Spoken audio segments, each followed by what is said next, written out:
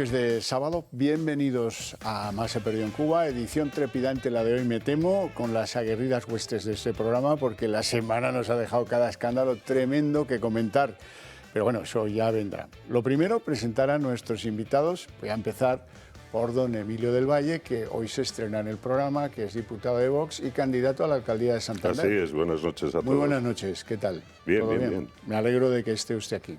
Don Mario Garcés, ¿cómo debe nevar en Jaca? Diputado del Partido Popular, ¿cómo estamos? Nieva, y con la alegría de ver a Emilio, que es buen amigo, tengo el alma dividida lógicamente en Santander por mi pertenencia al Partido Popular, pero la verdad es que es un lujo tener hoy aquí a Emilio del Valle, de verdad.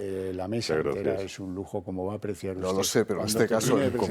Don Iñaki Ezquerra, además de analista político, escritor de 1000 temas, el hombre que más sabe en España de Pío Baroja. Bueno. Por cierto, que luego me tienes que recomendar... Buenas noches, Javier. Una primera edición del Árbol de la Ciencia que ando buscando para regalar. Y además fundador del Foro de Herma, como todo el mundo recordará. Y don Alfonso Rojo, que es la memoria viva del periodismo español, director de Periodista Digital. Un placer.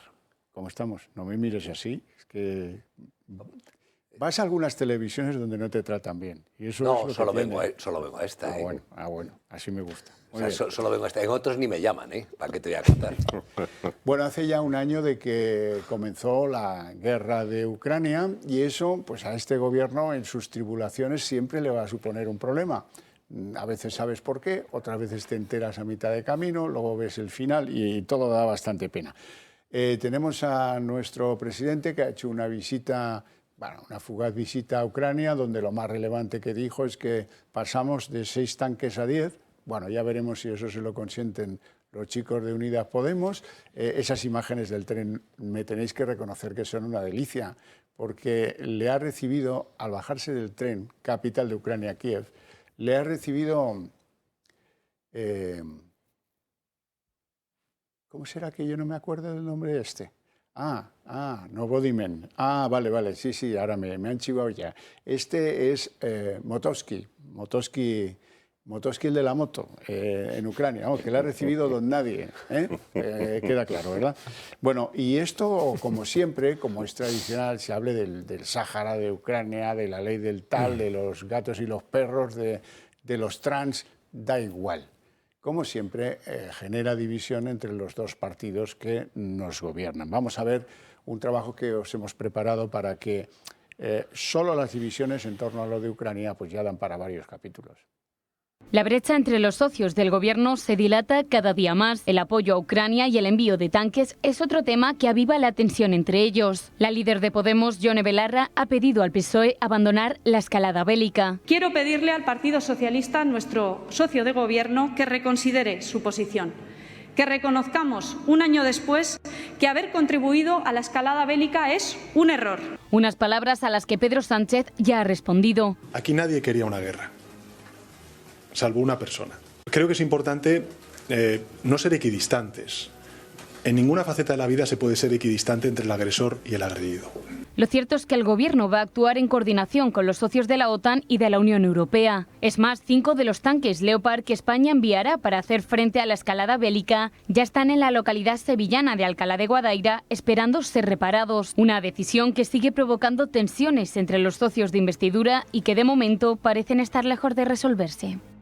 Trata mejor a Putin, del cual ni siquiera comenta el nombre, que a la oposición entera en el Congreso. Es una cosa magnífica lo del tipo este. ¿Algún comentario a propósito de esas divisiones en Ucrania, Iñaki?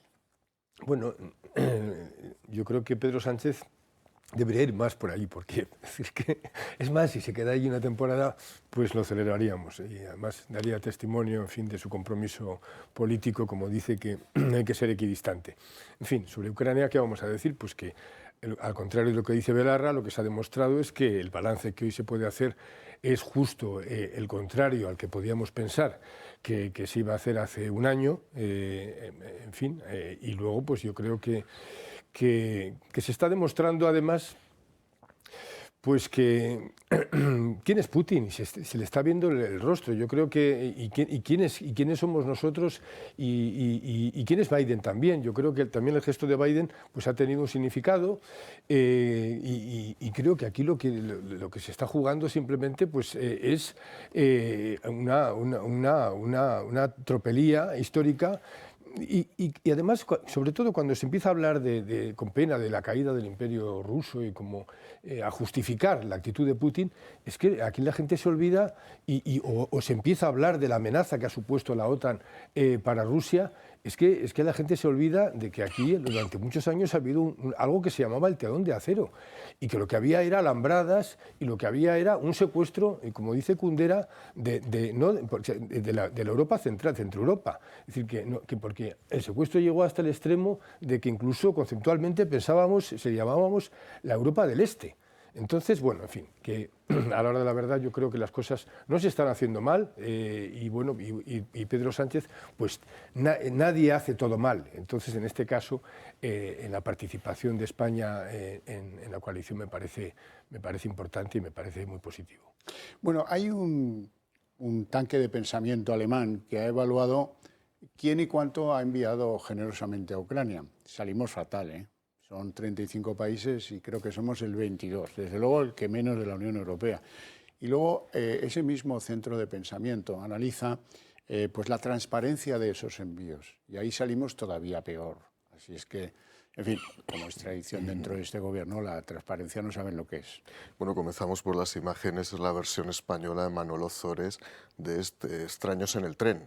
Es una cosa extraña, no sabes quién te recibía, quién bajaba directamente del Pensaba vagón. que ibas a hablar de un aragonés famoso. No, porque quiero mucho a ese viajaba aragonés de mucho. Tarazona y precisamente no voy a hablar de ese aragonés al que dediqué un sello, por cierto, en la filatelia española, ¿no? En segundo lugar, el belarrismo es la concepción moderna del pacifismo buenista sin sentido.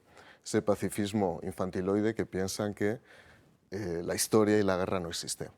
La historia ha vuelto a Europa. Ya ha vuelto de bruces, nos ha dado un golpe de realidad y cuando pensábamos que ya no iba a haber guerra, que no iba a haber ningún tipo de violentación de fronteras, se ha vuelto a producir. Y se ha producido con una Europa con los brazos caídos, precisamente porque estábamos desguarnecidos moralmente, porque pensábamos que efectivamente la caída de la Unión Soviética se había producido en un proceso más o menos de sofronización donde no iba a pasar absolutamente nada, pero todavía se mantiene un pozo expansionista, fruto probablemente de la concepción que tiene imperialista el propio Putin, ¿no? Esa es la realidad. Frente a eso se puede hacer dos cosas. Pensar que por un buenismo inspirado, ya digo, en el 68 y en el belarrismo, pues esto concluirá porque sí. A lo mejor va a Belarra, habla con Putin y esto se cierra. Deben pensar, si va a Belarra, los precios bajan seguro. Los precios van a bajar seguro solamente claro. porque aparezca Belarra por Moscú. Esa es la realidad. Y frente a eso hay que reconocer, y lo estábamos comentando antes, que el presidente Sánchez pues acierta yendo. A mí me parece muy bien que vaya, yo en eso no voy a decir nada. Y acierta cumpliendo con nuestras obligaciones de derecho público internacional, que son las obligaciones derivadas de nuestra pertenencia a la OTAN. Dicho eso, Sánchez ha evolucionado una vez más. Sánchez era el antimilitarista de bote, de granel, ese que decía que el Ministerio de Defensa no tenía que existir. Y acabó. El enfrentamiento dentro del Partido Socialista entre las dos Rs, que son Rivera y la ministra Robles. Por una parte, fruto de la desconexión que hemos sufrido con los países del norte de África, ahora mismo estamos comprando el 25% de nuestro gas para abastecimiento de gas español, lo estamos comprando a Rusia. Por consiguiente, gracias a la mala gestión de Rivera, estamos financiando la guerra de Putin y a la vez por la parte de Robles llevamos tanques para combatir a Putin. Por lo tanto, por favor, que Gila vuelva, que hable con los dos, que hable con Rivera y con la otra ministra y que se pongan de acuerdo. Alfonso Rojo, la gente no sabe hasta qué punto Rusia no se ha desestalinizado, ¿eh? No. Bueno, más que desestalinizado, es decir, yo te lo comentaba antes de entrar, es decir, si tú visitas Moscú, una de las cosas que te llama la atención, bueno, yo conozco bastante bien el país y conocí la Ucrania comunista y ya no comunista, ¿no? Y me he equivocado en todo. Yo nunca pensé que Rusia iba a invadir. Creí que no lo iba a hacer, que le bastaba la amenaza para conseguir sus propósitos. No pensé que su ejército estaba tan mal conducido, porque en Afganistán, en contra de lo que se hizo mucho mejor trabajo que hicieron nunca la OTAN en Afganistán. El trabajo me refiero a eficacia, letalidad, control. y me he equivocado en muchas cosas, pero te comentaba a ti antes, tú paseas por Moscú como un turista más y te acercas al Kremlin y de repente ves que en el Kremlin sigue la palabra Stalingrado, cuando ponen las batallas Stalingrado, y está el busto de Stalin. Está el busto de Stalin. Dices, es que Stalin... No, ahí está el busto de Stalin reverenciado en el muro del Kremlin. Y tú ves... pero no, ni siquiera borran como grandes éxitos Kiev, porque tienen la batalla de Kiev. Y yendo a este asunto, que es el de Pedro Sánchez todo es clave electoral. Pedro Sánchez puede ir a rendir un homenaje a la tumba o al sarcófago de un sátrapa extranjero como fue Hassan II, porque cree que le puede beneficiar y a la vez puede sacar en un helicóptero los restos de Franco del Valle de los Caídos. Y va aquí, pero si mañana tiene que ir a Corea del Norte, irá a Corea del Norte. Es un personaje que solo se le puede analizar y valorar en esas cosas. Dicho esto, respecto a lo que viene, yo no lo sé. Yo me he equivocado muchas veces, pero creo que vamos a tener una primavera mucho más dura para los ucranianos militarmente de lo que hemos tenido hasta ahora. Emilio del Valle. Bueno, decíais antes que en la visita del pasado jueves a Ucrania Sánchez había acertado. Yo creo que esa visita es por satisfacer su ego personal y por un intento más de su proyección internacional, que es el único que piensa. Y el tema de las ayudas, lógicamente tenemos que ayudar humanitaria y militarmente, pero toda la ayuda militar debería pasar por un debate en el Congreso de los Diputados. Los diputados no sabemos en este momento, no tenemos conocimiento oficial de qué ayuda se va a dar, ni cuántos tanques, ni qué ayuda se ha dado ya. Desconocemos totalmente qué está haciendo el Gobierno de España en esa ayuda militar a Ucrania. Y yo creo que sería importante. Lo que pasa es que no quiere llevar ese debate por lo que comentabais a su vez, que está dividido el Gobierno. La otra parte del Gobierno quedaría en evidencia que está totalmente en contra de que se mande ayuda militar, ¿no? Pero en cualquier Estado democrático el ayudar militarmente a una potencia que está siendo invadida, que está en proceso de una guerra, es un tema de debate parlamentario. Sin duda. Bueno, vamos a entrar en harina de lo que es nuestro frente de batalla, que es el gobierno de Pedro Sánchez. Primer asunto que os propongo. ¿Significa debilidad que se prodigue en actos electorales como el de la biblioteca cerrada en Fuenlabrada, con la amiga del alcalde y una militante del PSOE, que le diga a la militante del PSOE, hombre, oye, así que estudias Derecho y no sé qué más, ¿no? Dice, bueno, no me lo creo. Enséñame los codos. Eso lo puedo decir yo, pero este es el plagista universal, el tío que tiene la tesis más plagiada de Europa. Este puede decirle a los chavales, a las chavalas, a ver, enséñame los codos, a ver si te esfuerzas como dices que te esfuerzas. Y en segundo lugar, os pongo sobre la mesa algo que me duele profundamente. El que inventó el formato de la sesión de control al gobierno no la inventó ni mucho menos para lo que vemos. Son cada miércoles, eso es lo único que queda. Lo demás es otra cosa, es un performance en el que es un premio al insulto que prodiga el señor Pedro Sánchez y que luego le siguen los negritos como si hubieran visto la salida universal a todos los problemas. Eso sirve para reprochar el antiguo pasado casadista de Cuca Gamarra, eso sirve, en el Senado pasa igual, en el Senado sirve para que le diga muy airoso, muy pintón, Pedro Sánchez a Feijóo, sobre todo si le duele con la espalda, tenga cuidado, tenga cuidado porque clavan unos puñales tremendos. Eso sirve para insultar, para otra cosa diferente. Yo me acuerdo que hace, pues no sé, no muchos años, antes de llegar estos, con Zapatero ya empezó a pervertirse todo, pero yo recuerdo ministros que llevaban la ficha del ministerio, cuando les hacía una pregunta a alguien de la oposición, contestaban en tiempo informado, oiga, mire, los trenes van fatal por tal, por cual cosa. Oiga, no, lo de tal. Ahora es el insulto lo que prepondera. Ahora de lo que se trata es de dejar a alguien mal, porque, vamos a ver, vamos a llamarle casposo y anciano. Le pasó a uno de tu partido el otro día. Cada vez que le oigo, dice el relamido sacristán Félix Bolaños, cada vez que le oigo estoy viéndolo en blanco y negro. Así es. Eso se acordará, sí, ¿verdad? Sí. No, bueno, esto es así, siempre faltando a la verdad. También le pasó a una diputada de su partido el otro día, Inés Cañizares, ¿no? A propósito del paro juvenil. Bueno, esto es lo normal. Las dos cuestiones os las someto. La primera es si los actos electorales, suadisán electorales, da la sensación que solo persiguen convencer a los propios. Y eso es cuando uno está muy mal en términos de encuestas, ¿no? Bueno, cuando se acercan unas elecciones, el debate político habitualmente no rebasa los conceptos de pipí cacaculo, eso, y perdonadme que lo diga con esta simplificación retórica. O sea, el nivel desciende a unos umbrales absolutamente ínfimos desde el punto de vista intelectual. Si además a eso se suma la catadura de una persona como Pedro Sánchez, evidentemente es la combinación perfecta. Ultradisminuye completamente el nivel lingüístico y además el personaje lo que hace efectivamente es ejercer de una especie de líder tabernario, y eso Emilio y yo lo sufrimos constantemente, cómo se aposta él directamente, cómo se gusta, una persona que tiene un gran es un adanista, es un narcisista y le gusta hablar. Por cierto, nunca ha rehuido el debate parlamentario porque a él le gusta. Es la primera vez que yo creo que es el presidente que más ha ido al Congreso porque le gusta, pero no es un debate.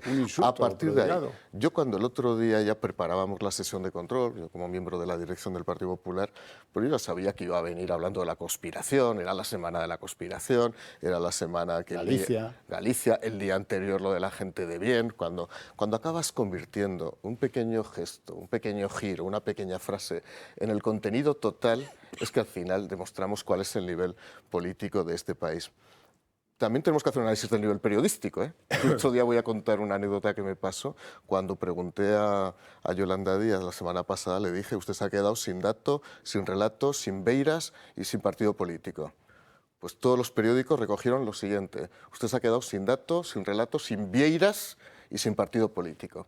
Es decir, quiero decir que ya me confundieron todo. Siendo al revés, que ahora es cuando tiene acceso ahora a las Beiras, lo que Beiras lo dejó. O sea, empieza a haber un nivel en todos los sitios, periodístico y político, que yo no entiendo.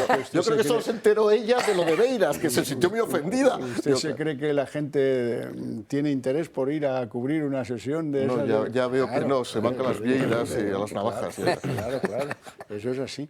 Bueno, y lo segundo que era... el tono de las sesiones de control ya me lo ha contestado. Sí. Pero eso significa flojera, que Sánchez se prodigue con la petanca y unos ancianos del PSOE. Él vive ahora mismo encapsulado groseramente en su zona de confort. Él no puede salir a campo abierto porque es objeto de todo tipo de reproches y todo tipo de reacción social en su contra, ¿no? Es verdad que cuando se producen 4 años de gobierno hay un desgaste, y el desgaste habitualmente es social. En este caso es perturbador. Él sale realmente ofendido si realmente, insisto, está en campo abierto. Él debe tener agorafobia ahora mismo desde el punto de vista político. Entonces él tiene que buscar concentración de gregarios y militantes del Partido Socialista para sus actos, lógicamente. Primero cierran la biblioteca, no dejan que la gente se ilustre y luego permiten esta cosa que ha tenido una honda trascendencia. Cambiará la política este encuentro con los 4 becarios universitarios. Iñaki Ezquerra. Sí, no, claro, pasar de los pensionistas, de los falsos pensionistas de Coslada a los becarios de Fuenlabrada, en fin, a mí me parece una cosa increíble. O sea, convertir un partido político en una compañía teatral cutre, en la que siempre están los mismos, y bueno, pues es que claro, si nos ponemos a revisar videotecas, es que nos podemos encontrar con que el mismo aparece de chapista, aparece de palmero en un mitin, puede aparecer, o sea, siempre el mismo personaje, o los mismos, que igual pues queda reducido a un grupo de 100. Luego ya, en fin, ya se encarga Tezanos de multiplicarlos por millones, ¿no?, con el CIS, pero a la hora de la verdad es que lo que demuestra esto es la endogamia del propio partido, o sea, y haberlo reducido a eso, a un marketing de extras, ¿no? En fin, que no hay gente real. O sea, esto... Sí, aquí les llaman los pitufos. Claro, esto demuestra la realidad virtual que estamos viviendo, que nos está presentando este gobierno, ¿no? Y bueno, y en cuanto a lo que decías de la sesión de control y de los insultos y de todo eso, bueno, no sé quién me decía hace poco, me decía que el Congreso de Diputados era Sodoma y Gamarra. Es decir, que bueno, en fin, creo que esa mala educación y esa agresividad, pues no sé si es acertado que vaya Tamames o no a encabezar la moción de censura, pero sí estoy seguro de que a mí, por supuesto, me interesa más lo que va a decir él que lo que digan el resto.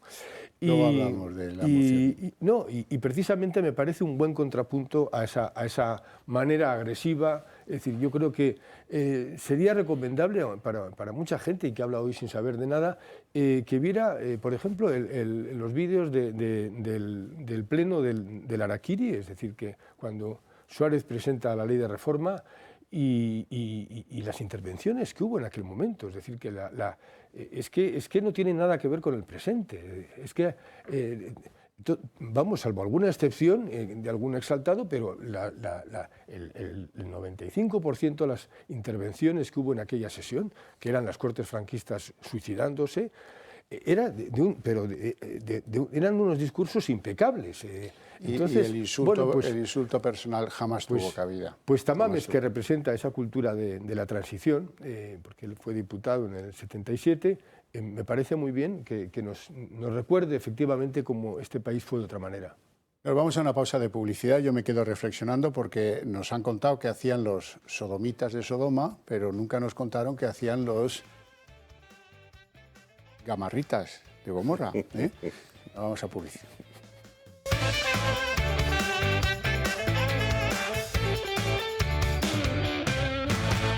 La sesión de control a la oposición, que es más bien lo que parece, y los actos desesperados, no se olviden del cafelito con aquellos que 10 minutos después ya sabía toda España quién eran aquellos dos jóvenes ante los que fue a presumir de la subida del salario mínimo interprofesional.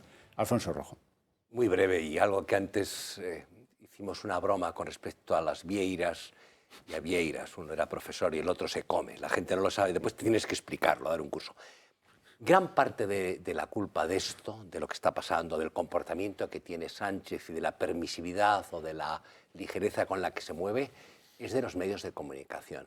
Y yo lo digo no con dolor porque no me afecta el conjunto de la profesión, pero yo creo que el comportamiento del periodismo nacional, del periodismo patrio, es lamentable, y no por falta de conocimiento, de preparación, que también, sino porque en su conjunto los medios de comunicación no voy a hablar ni de cuarto poder ni de contrapoder, en su conjunto es un magma cautivo, ovino, sumiso. Y pongo ejemplos que no tienen nada que ver con la política. Oiga, va a ser una rueda de prensa sin preguntas. La gente traga. No hay repreguntas, es decir, en el Parlamento lo vemos todos los días, todos los miércoles, perdón, pero lo veo porque yo mando un reportero a esa sesión y es víctima de eso. Decide el rufián de turno no contestar. No pasa nada. Es decir, no hay un tipo al lado que dice, oiga, ¿cómo que no contesta usted? Que sería lo lógico. El otro día asistimos a una cosa, digo, porque me afecta de cerca, que un periodista que tiene un defecto de nacimiento, que le hace pronunciar con dificultad, gangoso, le hace una pregunta incómoda al representante de RC, y no solo no le contesta, sino que intenta humillarlo diciéndole, no le he entendido, y como ha dicho YouTube, le dice, cuando el otro le dice, mire, yo de nacimiento le dice, nacimiento carezco de paladar y por eso me es difícil. El resto de los colegas es como lo de la bandera del otro día. Luego hablaremos. Bueno, pero esa es la prensa. Es decir, tenemos unos medios de comunicación mayoritarios, los más amplios, que están entregados. El paradigma es el país. Una bazofia, pero una bazofia. O sea, el país es una bazofia periodística, no entro en el tema político, es que me importa un comino. Pero es que yo no... Es decir, hemos llegado a un punto en el cual a los periodistas el menor día les mandan hacer la colada, barrer, y lo harían encantados. Emilio del Valle. Pues con respecto a los vídeos de los becarios o jugando a la petanca, es que en Pedro Sánchez todo es mentira. Él mintió a los españoles diciendo que no iba a pactar con Podemos, que no dormiría, y la mayoría de los españoles no dormiríamos, y pactó. Dijo en reiteradas ocasiones que jamás pactaría con Bildu y terminó pactando con Bildu y sigue pactando con Bildu. Y ni que contar pues, con los independentistas golpistas catalanes que, como sabéis, pues, ha quitado el delito de sedición y ha rebajado el de malversación. Y en el debate parlamentario, en las sesiones de control, bueno, pues es curioso porque a nosotros, en el resto de sesiones, en los temas ordinarios, se nos llama al orden si nos salimos de la cuestión que está siendo objeto de debate. A mí el vicepresidente de Celis en funciones de presidente en 2 ocasiones me ha llamado la atención porque hacía un comentario que yo entendía que tenía que ver con la cuestión. Igual un poco dando así una vueltecita por la cuestión objeto de debate. Me ha llamado la atención y me ha amenazado con que a la tercera me retira la palabra. Pero al presidente del gobierno y el resto del gobierno en las sesiones de control ellos pueden contestar lo que quieran. Y no tienen por qué ceñirse a la cuestión que se les está preguntando. Y eso no es de recibo, que a los representantes de los ciudadanos, a los diputados, se nos llame al orden. Si no nos ajustamos estrictamente a lo que está en objeto de debate y que al presidente del gobierno y los ministros, que pueden o no ser diputados, se les consienta que en el Congreso puedan mentir, puedan decir lo que quieran, puedan no contestar a lo que se les pregunta, pues a mí no me parece razonable. Aunque yo creo que eso tiene medicina, porque si hubiera más fraternal solidaridad entre los grupos de la oposición, no has contestado a Iñaki Ezquerra, pues yo me olvido de la pregunta que te iba a hacer y te voy a hacer la misma. Y 1, 2, y 3, y 4, y 5, hasta que no hubiera otra que contestara la pregunta. Pero bueno, como hemos optado por llevarlo Bueno, eso mal... lo hizo Iván Espinosa a la ministra de Hacienda, pleno tras pleno, miércoles tras miércoles, preguntándole si iba a subir los impuestos a la clase media y trabajadora. Y la ministra nunca le contestaba, se iba por las ramas, pero estuvo reiterados plenos, Mario lo recordará. Bueno, lo que van a oír a continuación sí que solo lo encuentran aquí, en una televisión con sabor político. Yo voy a defender aquí el título de la gente de bien de este país. La gente de bien son los que no estamos por hacer maldades.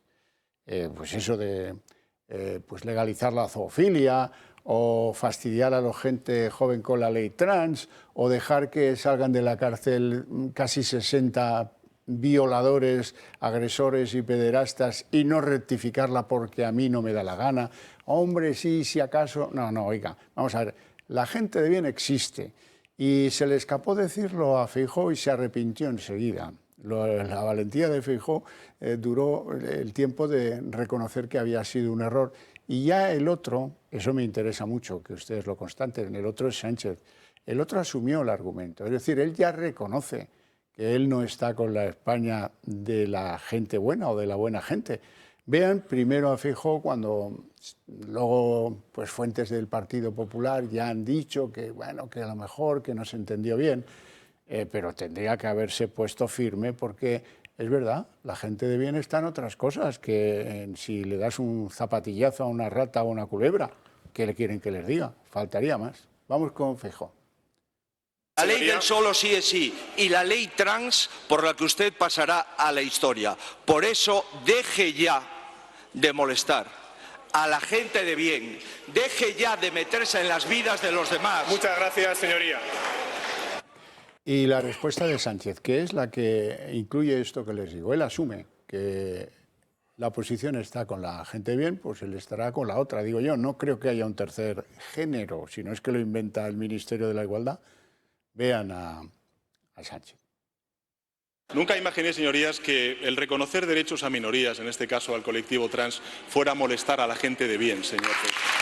Nunca lo imaginé. No dice a la gente bien, que también podría haber sido una maldad, dice a la gente de bien. Pues hay que reivindicar a la gente de bien, faltaría más. ¿Por qué no? ¿Cuál es el problema?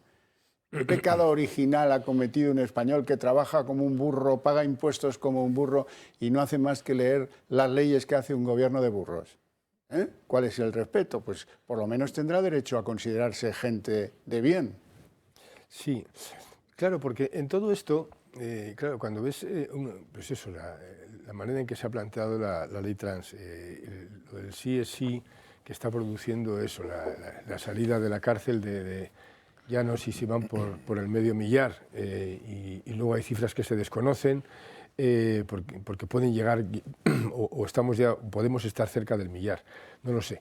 Pero y luego o la ley del bienestar animal a la que estabas tú aludiendo, todos estos son disparates, claro que son disparates. Cuando estos días atrás y vuelvo al tema de Tamames, se metían con Tamames, ¿no? ¿Cómo es posible que se plantee que encabece la moción de censura Tamames? Vamos a ver, es que aquí hay gagás de 30 años, vamos a ver, a mí lo que dice Tamames me interesa.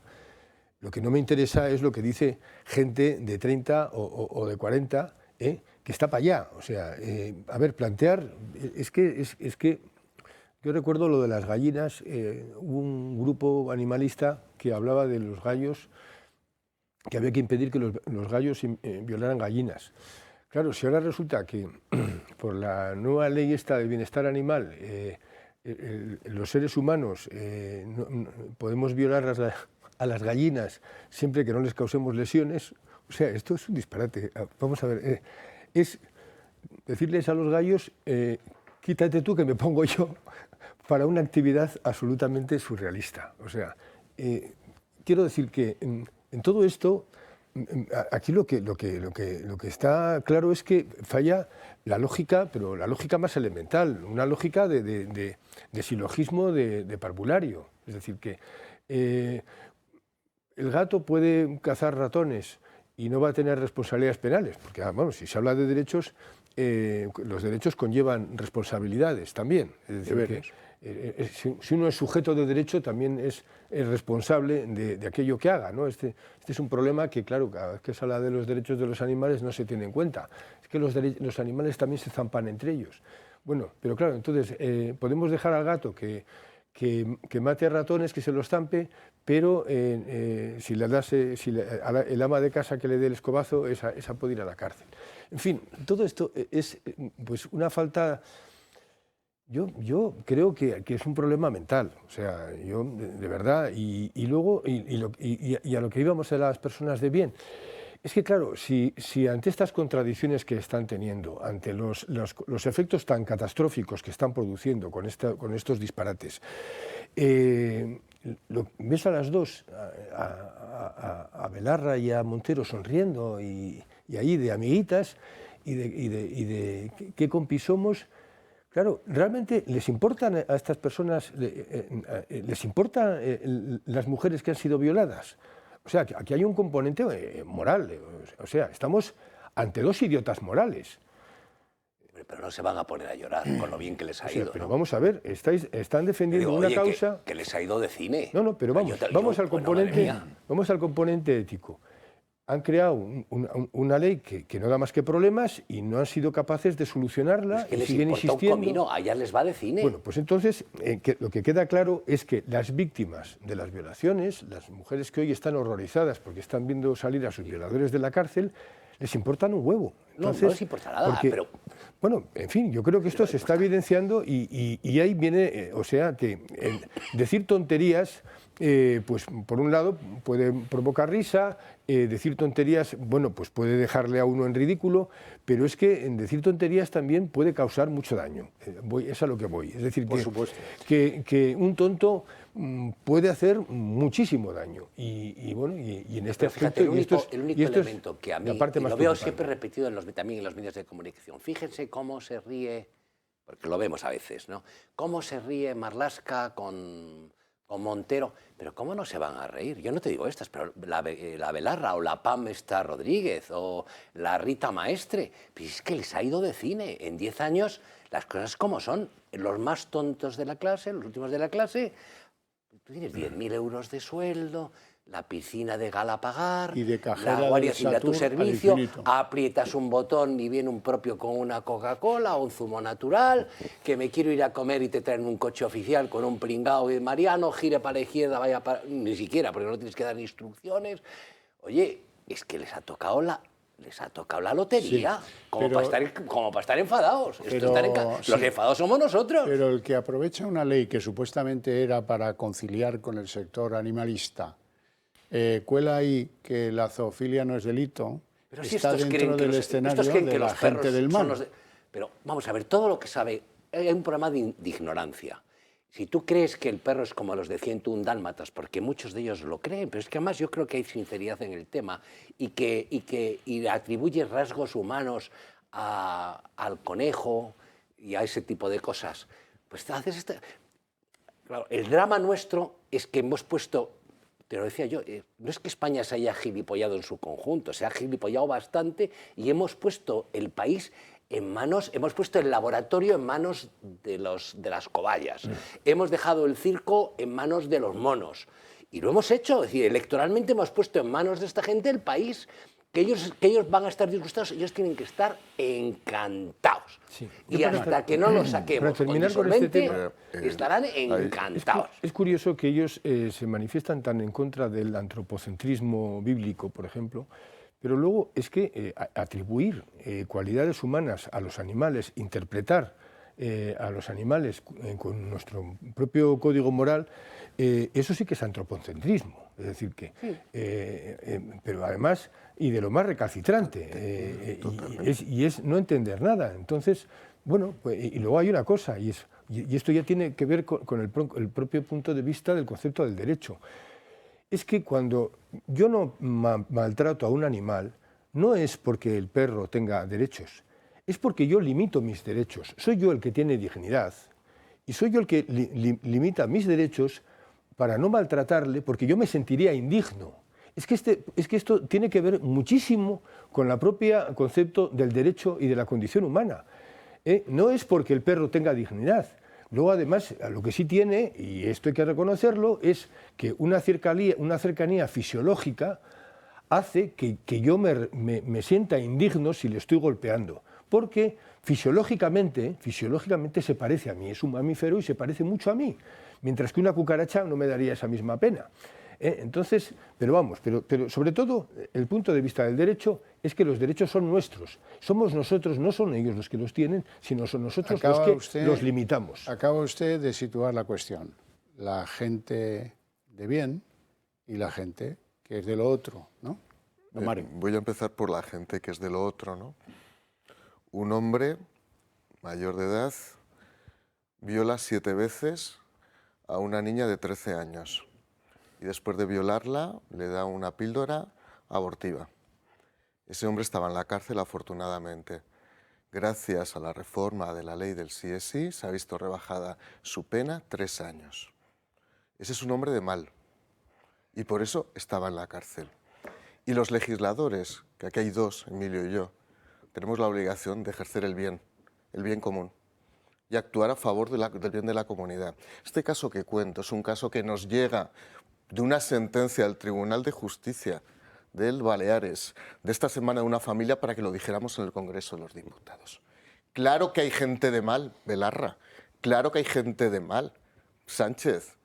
Precisamente hay violadores. ¿Y por qué se rebajaron las sanciones penales? No por un error de un subsecretario del Ministerio de Justicia, sino por una convicción ideológica de la izquierda desde la Escuela de Frankfurt, desde mediados del siglo XX, que piensan que las sanciones privativas de libertad son perjudiciales para las personas, porque consideran que no tienen un poder eficaz. Lo hicieron deliberadamente, pero sois tan cobardes que cuando se plantea el debate lo ocultáis.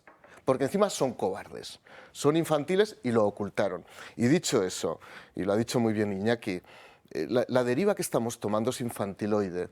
El hombre durante años, durante la historia de la humanidad, ha permitido desarrollar la técnica, incorporar la fauna y la flora a sus necesidades, con un respeto a veces no completo y evidentemente poniendo y teniendo que poner límites. Pero simplemente, Belarra, ya hablando un poco en broma y siguiendo un poco la línea de Iñaki, solo te falta hacer una ley para el lobo hombre, porque es verdad, van a acabar haciendo al final una ley para, como la gente se acuerda de la canción de La Unión, pero recordad que eso deriva de un cuento, un relato maravilloso de Boris Vian, que es el lobo hombre. Y es que el lobo se convierte en hombre y sufre las consecuencias de convertirse en hombre en París.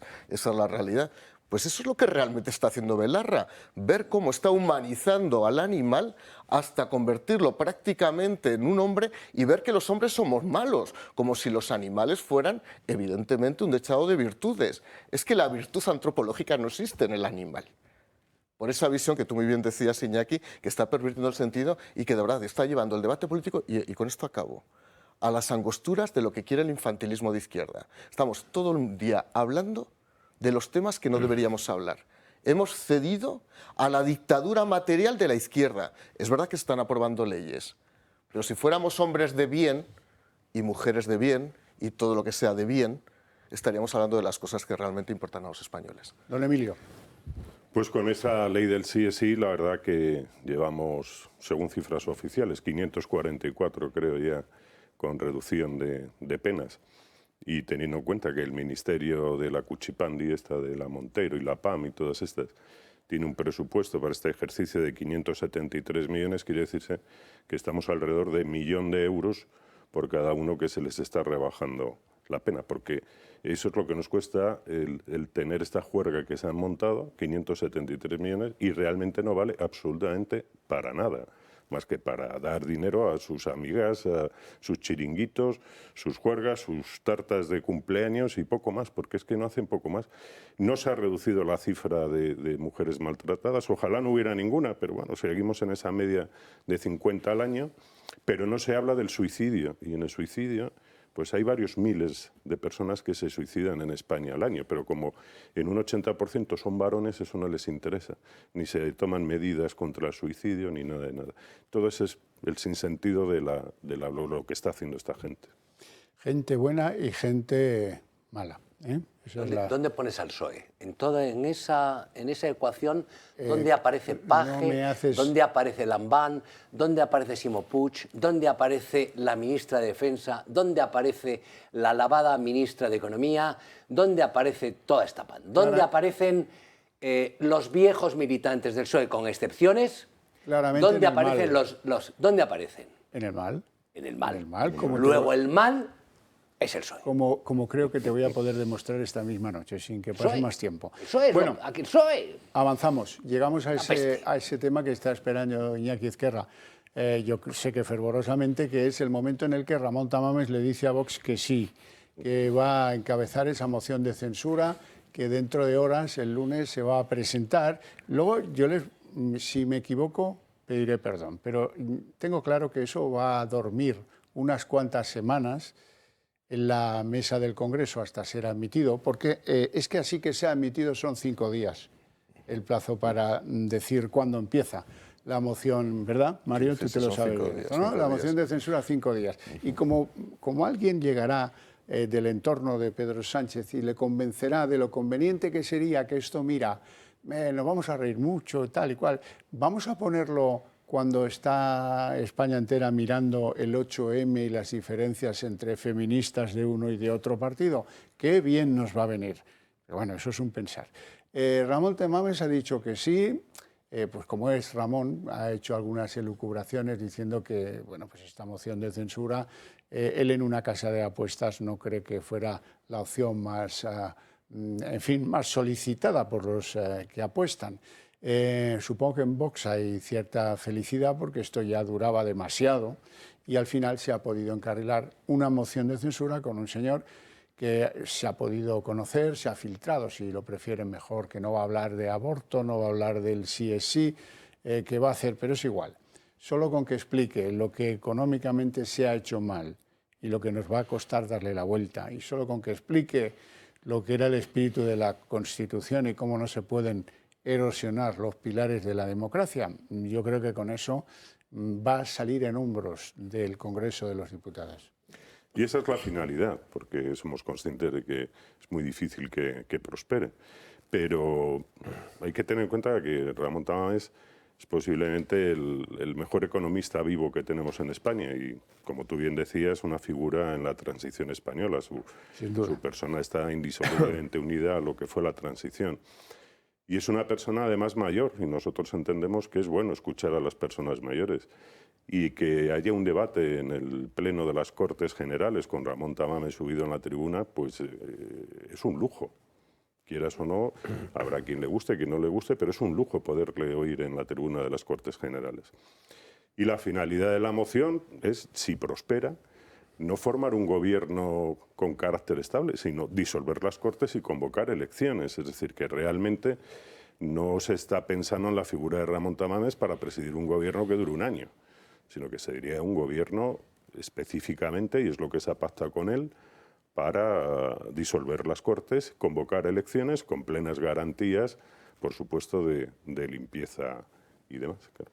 Y Sánchez, que para algunas cosas es hábil, listo, espabilado, diría yo. Ya verás cómo acabará diciéndole a Tamames que lo admira muchísimo. Seguro. Qué lástima que esté usted, a mí me gustaría que estuviera usted con los progresistas, que hemos diseñado el escudo social. Ramón, ¿cómo estás ahí con esos ultramontanos? Ya verás, va a ser divertido. Garcés. Bueno, va a ser divertido. Yo 3 reflexiones, va a ser muy divertido. Divertido, sí. En primer lugar, yo creo que son 3 planos diferentes. En primer lugar, la utilidad de la moción de censura. En segundo lugar, el candidato. Y en tercer lugar, la aritmética de voto del Congreso de los Diputados, para que todo el mundo lo entienda. Me parece perfectamente legítimo, se puede comprender o no, que Vox presente una moción de censura. Yo no critiqué la anterior, me parece razonable. Mi partido hubo voces muy críticas contra la moción de censura de Vox. A mí me parece bien. Yo también digo que presentar una moción de censura constantemente no, me parece que agota el instrumento constitucional. Pero en cualquier caso me parece perfecto y yo ahí no voy a cuestionar que un partido, que en ese sentido además tengo muchos amigos dentro, yo desde luego no voy a cuestionar que presenten la moción de censura.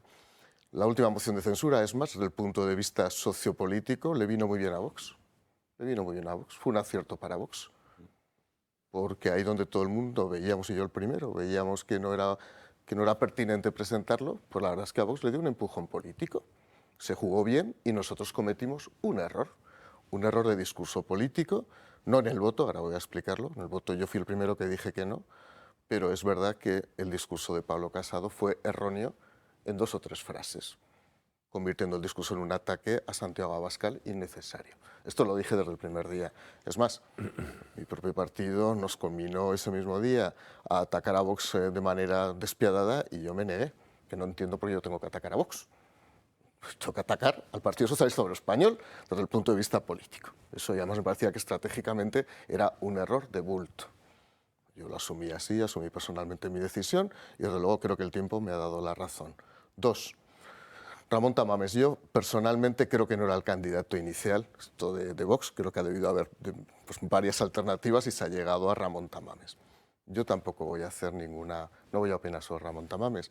Me parece una persona que ha sido un referente, desde luego, en la academia económica en este país, que desde luego tiene una trayectoria política que todos conocemos, en lo bueno y en lo malo, pero yo es que no voy a cuestionarlo, ni voy a hacer un análisis de evolución, ni de coherencia, ni de consistencia intelectual. Y es más, creo que cometeríamos un error algunos partidos políticos si nos ponemos a criticar a Ramón Tamames. Incluso desde el punto de vista de la posible victimización. Aquí van a jugar factores también sensibles. Esta es una jugada muy de riesgo de Vox, para mí es muy arriesgada, pero yo lo que no voy a hacer es victimizar a nadie. Ni desde luego jugar a darle bazas a nadie. Y desde luego no se puede atacar a nadie por tener 89 años. Mucho respeto a una persona que tiene 89 años, estoy de acuerdo, Emilio, y que va a hablar. Yo creo que en ese sentido respeto absoluto. Como tengo respeto a una persona de 20 años que es intelectualmente válida. O sea, para mí todas las personas de bien inteligentes que suban a esta tribuna a hablar. En tercer lugar, el voto no será favorable. Eso ya lo hemos avanzado y quiero explicarlo también, para que lo entienda todo el mundo, porque fuimos muy atacados en la anterior moción de censura, por falta de pedagogía seguramente. La moción de censura no sale, no sumamos. Alguien dirá, bueno, no se sabe, a lo mejor se divide el Partido Socialista y a lo mejor vota el PNV, a lo mejor vota... No va a pasar. Eso todos sabemos que no va a ocurrir. No va a ocurrir, no ocurrió hace 3 años y no va a ocurrir ahora, esa es la realidad. Es más, es que si eso pudiera potencialmente existir, hubiera una posibilidad, quien habría presentado la moción de censura es el Partido Popular. Así de claro, porque somos el principal partido de la oposición. Dicho eso, no tengo ningún problema que Vox la presente. Es más, de verdad, yo no lo he criticado nunca. Ahora ya digo, hay que ver los 3 planos. Y a partir de los 3 planos, que cada uno juzgue. Yo respeto máximo a Ramón Tamames e insisto, si lo criticamos personalmente desde el punto de vista político, ya periodísticamente cada uno que haga lo que quiera, creo que cometeremos un error grave. Desde luego. Vamos a hacer una pausa de publicidad y luego hay 2 personas en la mesa que todavía no han hablado de esto.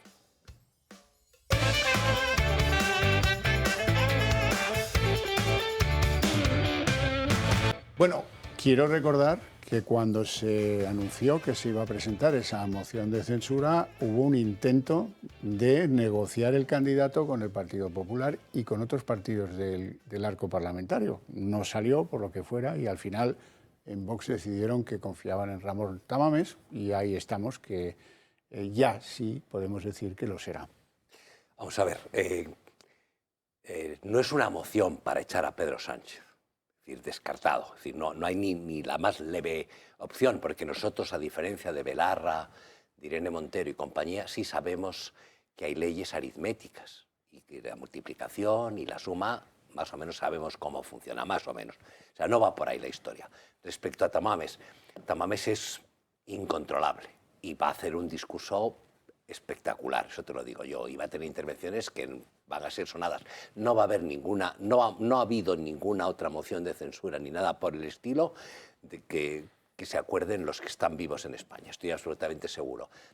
Y tercero, todo indica que es una moción para posicionarse de cara a las elecciones, eso es clarísimo. Y Vox tiene todo el derecho del mundo a presentarla y a elegir, y yo creo que la elección del candidato que ha buscado, es como poco original, distinta, sorprendente. Ahora, y generosa. Y generosa. No es un te digo, tío de tus colores. Escucha, ni siquiera el discurso que pronuncie Tamames, porque no lo va a leer. No lo va a leer, es que no, bueno, tú lo conoces. Va a soltar lo que y lo va a hacer bien y va a estar bien. Ahora, ahí se va a posicionar cada uno. Yo creo que vos entiende que ha llegado el momento de apretarle otra vez a Sánchez o retratar otra vez a Sánchez y que cada uno se retrate de cara a las elecciones, que quedan 90 días para las elecciones, ¿eh? Y entonces, bueno, pues es lo que tenemos. Más no puedo decir. Sí, y luego que es que una moción de censura efectivamente no siempre se presenta para ganarla. Y se ha hablado y se habló en el caso del anterior, en 1980 Felipe González presenta su moción de censura a Suárez y no la gana, por supuesto, y sabía que no le iba a ganar, pero 2 años después era presidente del gobierno, Felipe González. Entonces, o sea, las mociones de censura, y en este caso, tiene todo el sentido cuando la situación nacional está llegando a unos extremos alarmantes en determinados aspectos y el deterioro de la imagen de España es terrible. Entonces, claro que está justificada una moción de censura. Estamos hablando de la prensa y de que la prensa no...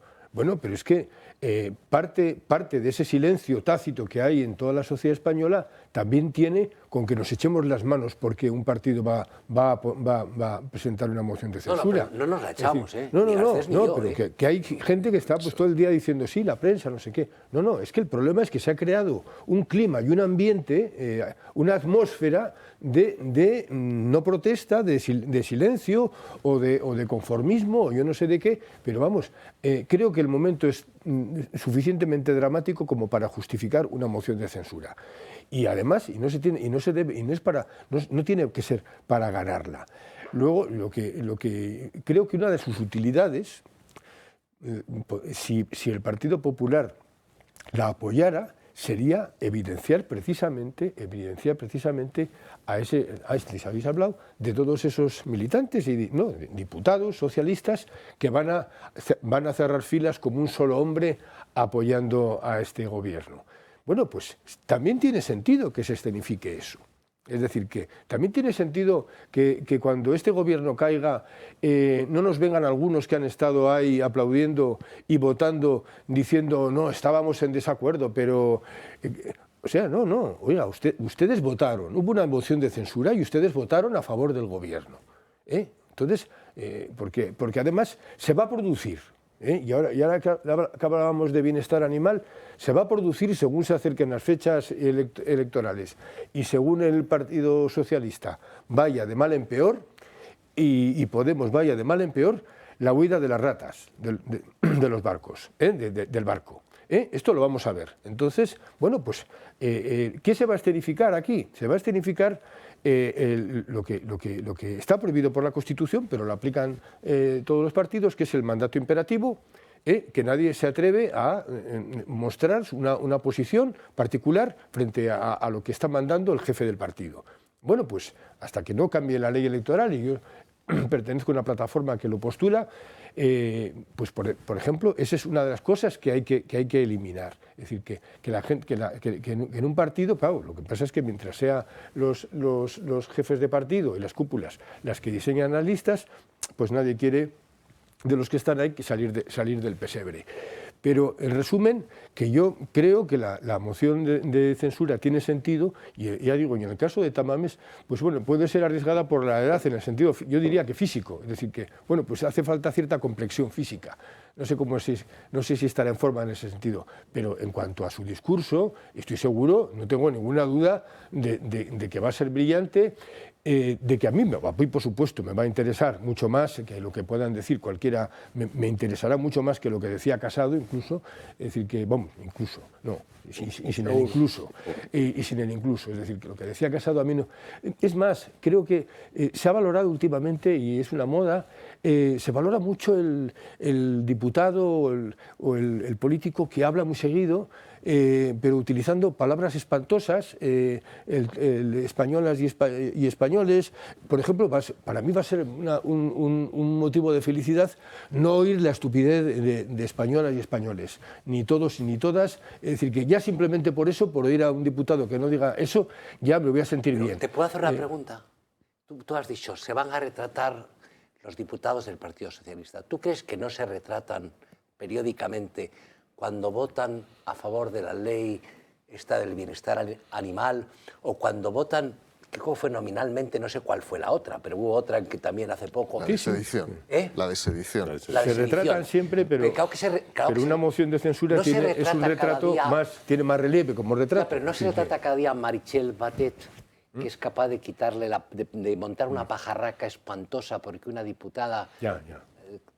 califica de proetarras a los etarras de Bildu, y que el otro día quitan la bandera española y se queda muda. Claro que se retratan. Yo creo que es una jugada clarísima de Vox y hay que centrarlo en lo que es de Vox. Interesada y que le va a venir bien. Yo creo que le va a venir bien. Termino con el tema de Tamames, y además, y me parece también importante, porque sí hay una gerontofobia atmosférica, es decir, que un odio que se está, y un desprecio a la gente mayor, y bueno, está ejemplificado me acuerdo aquella salida que tuvo Pablo Iglesias con respecto a Julio Anguita, que se coja un helicóptero y se vaya a Castel Gandolfo o a la mierda, o no sé qué, como dijo, ¿no?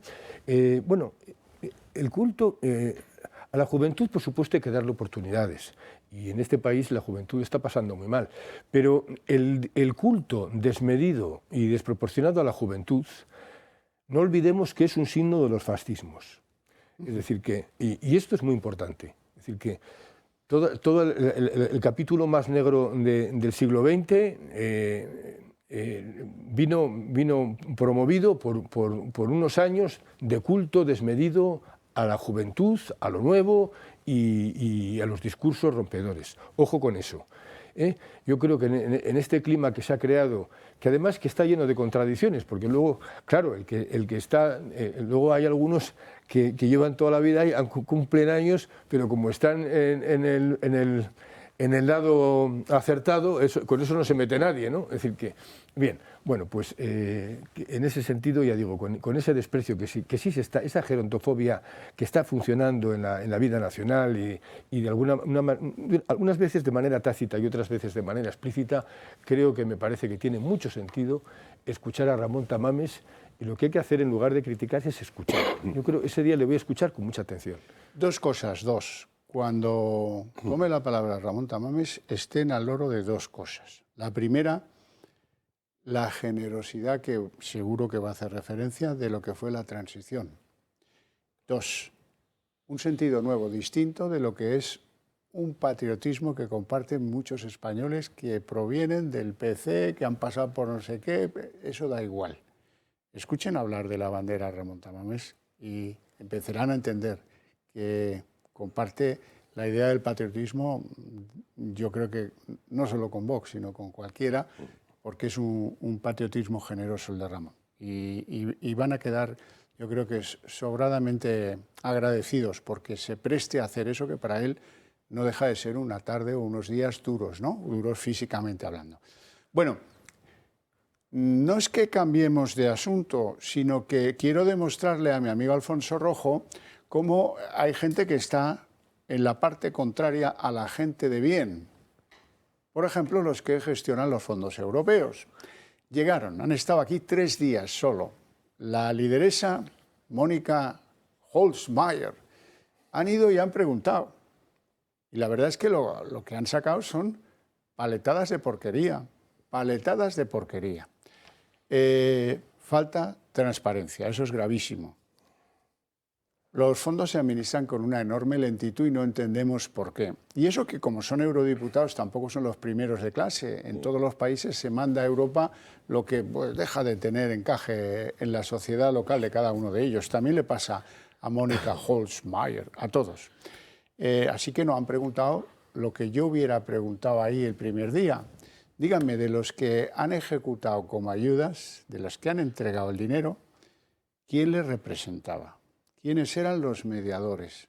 No fuera caso, claro que como no saben cuántas ayudas han dado, difícilmente se podrá saber quiénes son los mediadores. Pero cuidado con eso, porque yo quiero leer los nombres de media docena de exministros del PSOE, y por cierto alguno también del Partido Popular, que han estado ahí en el reparto.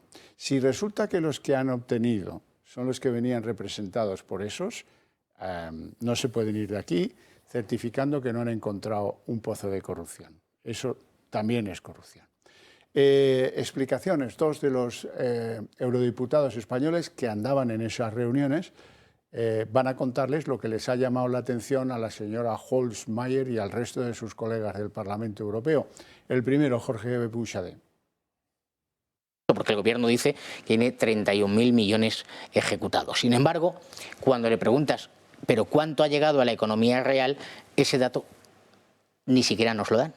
¿Cuánto ha llegado realmente a los bolsillos de los españoles, de las empresas españolas? En el caso de que llegue ese dinero y realmente se ejecute, realmente absolutamente claro que no va a producir ninguna transformación en la economía española, ni va a producir un sustancial crecimiento de empleo o de las cuestiones que realmente nos importan. Yo tuve una bronca en este mismo estudio con una persona de Vox, que ya no está en Vox, a propósito de que habían hecho el Canelo, dando el ok a los fondos europeos, a la petición de los fondos europeos, así gratis et amore, porque si no se iba a demorar la llegada de los fondos. Los fondos no han llegado y no tenemos ningún control sobre esos fondos. No hay ningún organismo decente, esto es independiente, que esté sobre la gestión de a dónde van esos fondos y por qué no se reparten.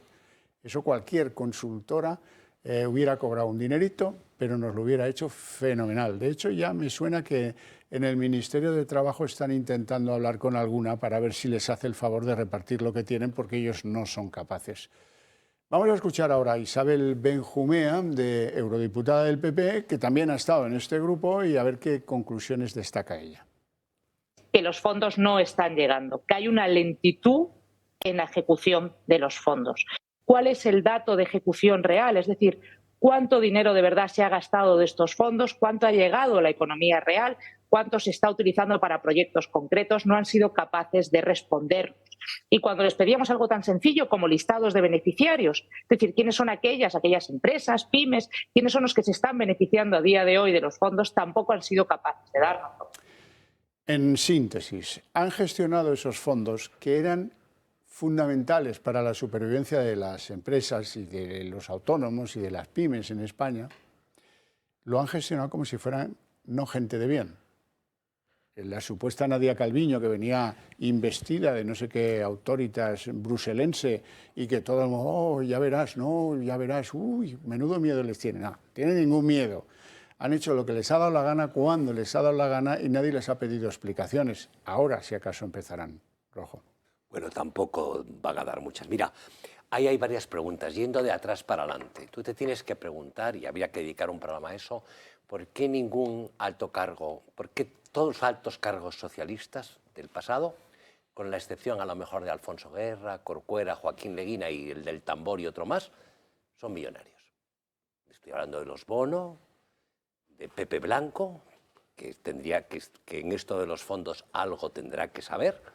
Si tú montas pone bastante acento en ello. Una empresa así, que se llama además Acento, que se llama Acento, y cobras 50.000 de Bellón simplemente por aceptar un encargo, consigas lo que no consigas, lo voy a explicar. Es decir, cualquier empresa que quiera que le hagan una gestión de aproximación a la administración en un tema de fondos europeos, al entrar por la puerta, esto es como las discotecas que se paga a la entrada, pues sueltas 50.000 y ya te harán la gestión. Entonces dices, bueno, ¿por qué los Zapatero ya no viven ni siquiera lo de mi casa, que es un sitio que está bien, ya se van a donde vivía Cristiano Ronaldo y ese tipo de cosas? Bueno, pues eso es lo que hay. Es decir, al final se lo han repartido. No es que se lo hayan repartido. Está feo decirlo, pero es que no llega a la economía real. Pero ¿cómo va a llegar a la economía? Yo pensé, fíjate, equivocadamente, y es otras cosas en que me equivoco, o que me equivoqué, que los fondos europeos iba a ser la varita mágica que en el 2022-2023 iba a permitir a Sánchez cubrirse y arreglar un poco el entuerto, es decir, tapar casi todo lo demás. Y ni siquiera ha sido capaz de eso. ¿Por qué no ha sido capaz? Porque se lo han llevado crudo, se lo están llevando crudo. Emilio. Yo opino igual que Alfonso. Hay un oscurantismo total, aparte el programa informático de seguimiento que tenían que utilizar las comunidades autónomas y los organismos y demás, no ha funcionado, con lo cual está siendo un caos toda la información, lo están haciendo en Excel corriente, con lo cual el cruce de datos no es posible en el tiempo real que era con la aplicación que no funciona. En el tema de los fondos que iban a comunidades autónomas para ejecución directa por las comunidades autónomas, pues es que no han tenido ni planificación ni manera de ejecutar. Les falta conocimiento en el personal. Yo la que mejor conozco es Cantabria, yo soy diputado por Cantabria y el gobierno de Cantabria es que no ha tenido equipos formados para poder ejecutar los fondos que tenía asignados y se está perdiendo todo. Ni ha tenido una planificación previa de qué proyectos podemos y qué encaje tienen estos fondos en estos proyectos. No, un caos total y absoluto. Y me imagino que en otras autonomías, que lo desconozco, pero que pasará exactamente lo mismo, ¿no? Entonces, estos ilustres eurodiputados los han sepultado en documentos que no dicen nada y les han llegado la tensión a decir, no, todo esto no me sirve. Dígame usted qué porcentaje de lo recibido, primero me dice cuánto han recibido y luego me dice cuánto han ejecutado, porque una cosa es que te autoricen y otra que eso se ponga en la mano de quien te lo pide. Y ahí es donde parece ser que está el tapón. Bueno, primero, para que todo el mundo nos entienda, esta es la mayor inyección económico-financiera que ha recibido España en los últimos 45 años.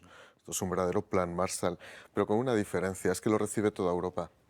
Y si no lo utilizamos correctamente, ya que estamos muy atrasados y somos el peor país de Europa en recuperación de los niveles de riqueza, si además no aprovechamos la musculación, vamos a salir, desde luego, no los últimos, sino que vamos a entrar en segunda división. Eso para que todo el mundo lo entienda. Dos, desde el Partido Popular, y además yo diseñé en el decreto ley el modelo, por algo soy experto en derecho presupuestario, hicimos un modelo de agencia independiente para la gestión, planificación y auditoría y control interno y externo de los fondos, porque no nos fiábamos y porque sabemos las complejidades administrativas de una administración compuesta que tiene Estado, comunidades autónomas y corporaciones locales.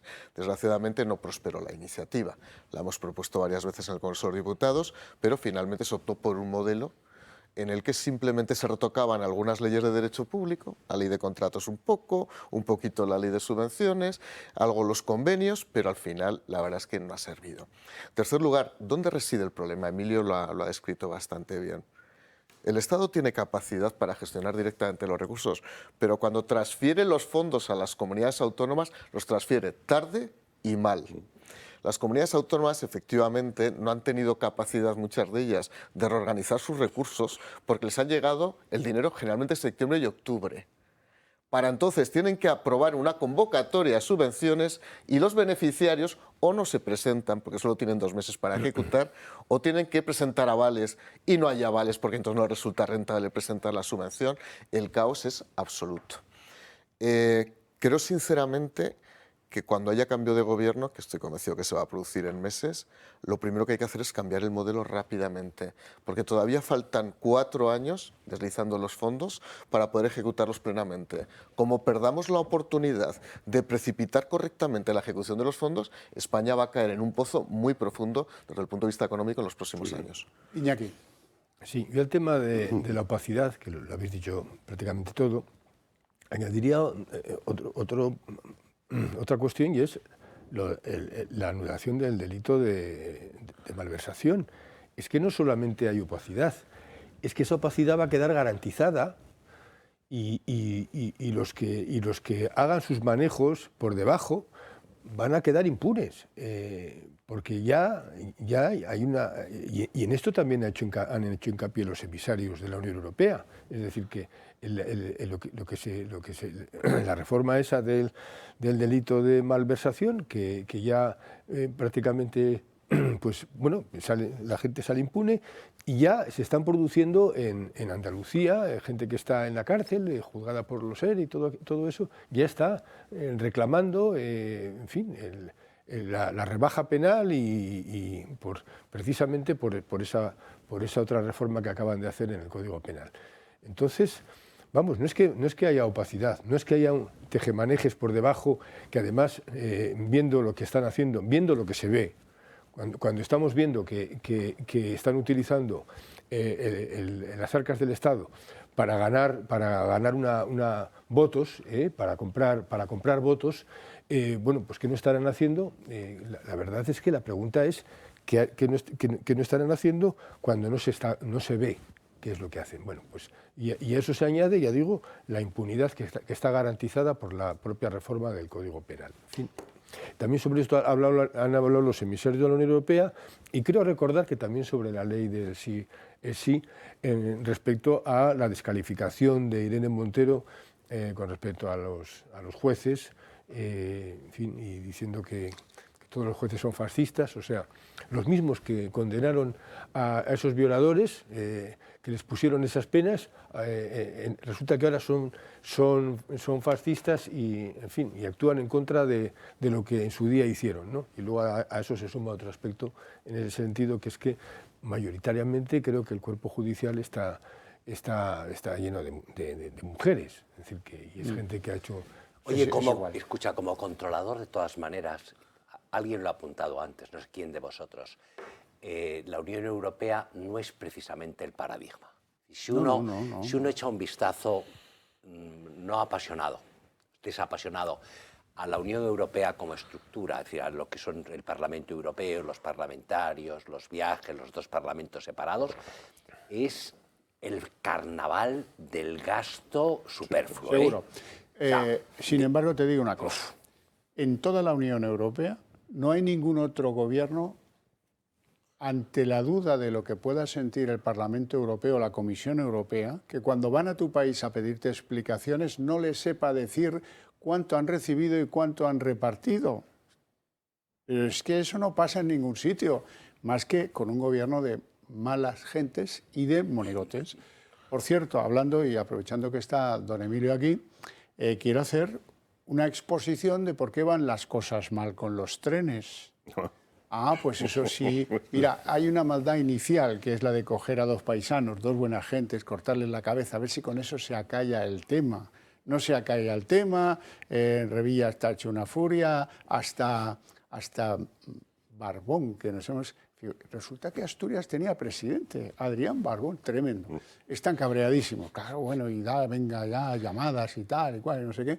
Total, que han decidido el cese del presidente de Renfe, Isaías Taboas, y de la secretaria de Estado de Transporte, Isabel Pardo de Vera. Bueno, mira, lo de Pardo de Vera ya se imaginarán, la cosa del apellido, la hermana, en fin, la influencia que... Bueno, bien. Lo de Isaías Taboas, pues alguno puede andar en alguna reflexión equívoca. Es un hombre que de trenes sabe lo que yo, encontrar la salida cuando voy dentro y la entrada cuando estoy en el andén. Más que eso, nada. Proviene del mundo editorial barcelonés. Tenía una editorial con la hermana de Iceta, mira tú qué casualidad. Es de cuota del PSC. Y de trenes, pues lo justo, como decíamos antes, lo del Gálibo, la entrada al tren, tal, el metro, tal. No.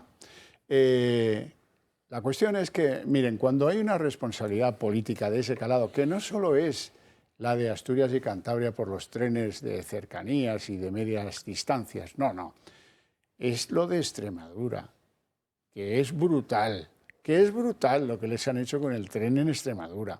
Es lo de Murcia, que la gente de Murcia sigue yendo en coche a Madrid, porque tarda más el AVE de Murcia a Madrid que el de Madrid a Barcelona, siendo que hay 200 y pico kilómetros menos. ¿Cómo es posible?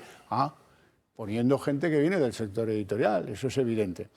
Y la responsable de verdad es la ministra, no es ni el tal Isaías ni la Pardo de Vera, es la ministra. No hay gobierno en la Unión Europea, en Europa podríamos decir, porque estoy pensando más en los gobiernos británicos, donde se acepte la dimisión de 2 cargos de nivel, sí, pero 2 cargos inferiores, y la no dimisión de la ministra, que además sale el otro día y dice en el Congreso, en la tribuna, dice, la más disgustada yo. ¿Y esta quién es para ser ministra de Transporte? Es verdad que el ministro de Transporte ya ha quedado demostrado que puede ser cualquiera, pero, hombre, esta ministra era alcaldesa de Gavà, que es un sitio de Barcelona donde por lo menos pasa el tren, y ya es algo, porque podía haber sido de, en fin, no sé, de otro donde ni siquiera conocen cómo funciona esto del tren. El sistema evidencia cómo se han repartido la manteca y cómo les ha importado muy poco si tú vas a Paradores o el otro a la Renfe o tú vas a Correos o el otro va a las empresas públicas. Han ido allí con un afán, el del segador. Se levanta muy temprano, pero tiene que terminar de trabajar también temprano. O sea que hay que segar deprisa, entiéndanme bien la cosa. Garcés. Bueno, hablando de Gavà, a 30 kilómetros de Gavà, para que lo sepa Raquel Sánchez, está el primer túnel ferroviario que se construyó en la península ibérica. Que, por cierto, cuando hubo que inaugurarlo, como los trenes no pasaban tampoco, hubo que poner unos burros para arrastrar a la locomotora. Esto lo escribí recientemente en Libertad Digital en mi artículo para que lo recordara. Es que luego vi comentarios, el primer túnel fue en Cuba. El primer túnel en la península ibérica fue el de Montgat. Es una vergüenza. Yo he sido subsecretario del Ministerio de Fomento y es una verdadera vergüenza, sobre todo cómo ha funcionado la cadena de responsabilidad. Y luego ya le dejaré a Emilio, como buen cántabro, que explique la reacción de Revilla y el anchoísmo, cómo ha funcionado en el buen sentido. Lo del anchoísmo sí, lo digo, no, es que tengo mucho cariño a las anchoas y a la tierra cántabra, ¿no? En primer lugar, lo primero que decidieron es que fueran 2 personas que estaban a punto de jubilarse los que eran cabezas de turco. Como vieron que la presión política subía cada vez más, de pronto deciden que tiene que caer la hermana de quien todos sabemos, es decir, la secretaria de Estado de Transporte y el presidente de Renfe. Yo tengo una duda, y ya digo, he sido subsecretario del Ministerio y de mí han dependido todas estas entidades. ¿Y todos los mandos intermedios no caen? Desde la Secretaría de Estado hasta el Mindundi, con todos mis respetos, que había cesado inicialmente, el director general, el director técnico que tenía que encargarse de aprobar cada uno, ahí no. Hemos pasado de la nada a casi todo, con 2 matices. Uno, no cae ella. La ministra. Por cierto, claro, ella ha pensado, si no cae Irene Montero, ¿por qué voy a caer yo? Claro. O sea, aquí no cesan a Irene Montero por la ley del solo sí es sí, yo desde luego no me voy. Por cierto, todos los ministros cesados por Sánchez en esta legislatura son socialistas. Partido Socialista Obrero Español, estad agradecidos a Sánchez. No ha cesado a ninguno de Podemos. A ninguno de Podemos. Solo os cesa a vosotros. Esa es la valentía y el coraje de una persona que vende a su partido, ¿no? Y en segundo lugar, ¿por qué lo ha hecho? Porque hay elecciones. ¿Y por qué ese pacto sonoro de silencio, perdonadme la contradicción, de omertá que había con Revilla y con Barbón se ha roto? Porque le han pedido una cabeza grande, porque si no llegaban muy mal a las elecciones, pero es que ya no lo reparáis, y es que no llegáis. O sea, estamos a 2 meses y se los ha visto evidentemente el cuello a todos ellos. Emilio. A mí lo que me extrañó de todo esto es que Miguel Ángel Revilla saliera sorprendido y como si no supiera nada, porque yo estoy convencido que lo sabían. Por 2 motivos. En Cantabria hay una mesa del ferrocarril donde se reúnen todos los partidos políticos, la Dirección General de Transportes, etcétera, etcétera, donde se hace un seguimiento de cómo está todo el tema de cercanías, toda la adaptación de lo que era FEDE a cercanías, tema estrella del AVE de Revilla que no llega nunca. Por cierto, no hay ni 1 metro cuadrado de obra de AVE en territorio de la Comunidad Autónoma de Cantabria. Y los que habéis visto a Revilla desde hace 20 años en televisión, está hablando del AVE a Santander, el AVE a Santander. Ni 1 metro cuadrado de obra en territorio de la Comunidad Autónoma de Cantabria para la línea de AVE. Y aparte de esa comisión, de esa mesa del ferrocarril, el director general de Transportes de la Comunidad Autónoma está en una comisión nacional, mixta, Estado, comunidades autónomas, a nivel directores generales, donde se hace el seguimiento de lo que está en ejecución en cada comunidad autónoma. Y por tanto, ese director general de Transportes de la Comunidad Autónoma de Cantabria tenía que saber, porque hace más de 1 año y medio que se sabía que existía este problema, tenía que saber que existía el problema y, lógicamente, habría informado a su consejero y el consejero al presidente Revilla. Ya en una mesa del ferrocarril de Cantabria, de hace varios meses, salió a relucir este tema. Luego que no se venga ahora a Revilla, sino el sorprendido. Lo que pasa es que la pilla muy cerca de las elecciones y, claro, él tiene que hacer valer que no sabía nada, que vaya a conseguir con la ministra que esto cambie. Y es mentira tras mentira. Revilla es muy mentiroso y lo digo públicamente porque yo formo parte del gobierno de Cantabria con él. Hemos estado en el mismo gobierno hace unos años. Y miente más que habla. Y ahora ha anunciado a bombo y platillo que de la reunión con la ministra el ferrocarril va a ser gratuito en Cantabria. Y no es cierto. Es como el tema de que hay que dar la garantía previa, sacar una especie de abono y si no eres usuario habitual vas a tener que perder la garantía. Luego no es que tú subas a un ferrocarril en Cantabria y vayas gratis, sin más. Lo cual además sería inconstitucional, porque discriminaría a unos habitantes respecto del conjunto. Hacemos una pausa de publicidad y continuamos con los trenes, que veo que Alfonso Rojo está con el centímetro en la mano dispuesto a medir el túnel que haga falta.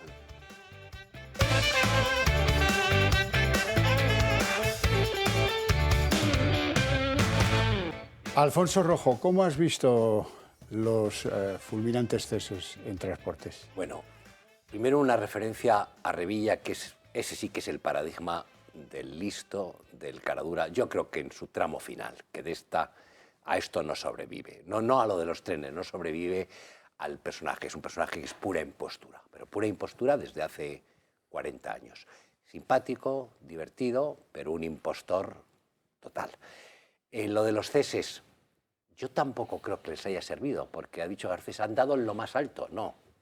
Si hubiese caído la ministra, puede tener un efecto. Pero una vez que se queda la ministra, y después está y ya no digo más, es la ignorancia. Es decir, yo no sé, probablemente un hombre que ha estado en el mundo editorial tiene que tener cultura, pero piensa que Balasto, que es la cama de piedra que hay debajo de las vías, pues Balasto es un tipo muy bruto, el tipo bruto del pueblo, y que Gálibo es un animal, que es la altura que tiene que tener el vehículo, claro. Es un animal de la pampa argentina que corre a 2 patas. Es decir, de verdad, estos están en eso. Entonces yo creo que hay parte de... Y sí lo sabían, es decir, es evidente que lo sabían todos, pero creyeron lo que pasa siempre, es decir, bueno, no se enteran. O sea, creyeron que nadie se iba a enterar. Va a tener un coste electoral, ¿eh?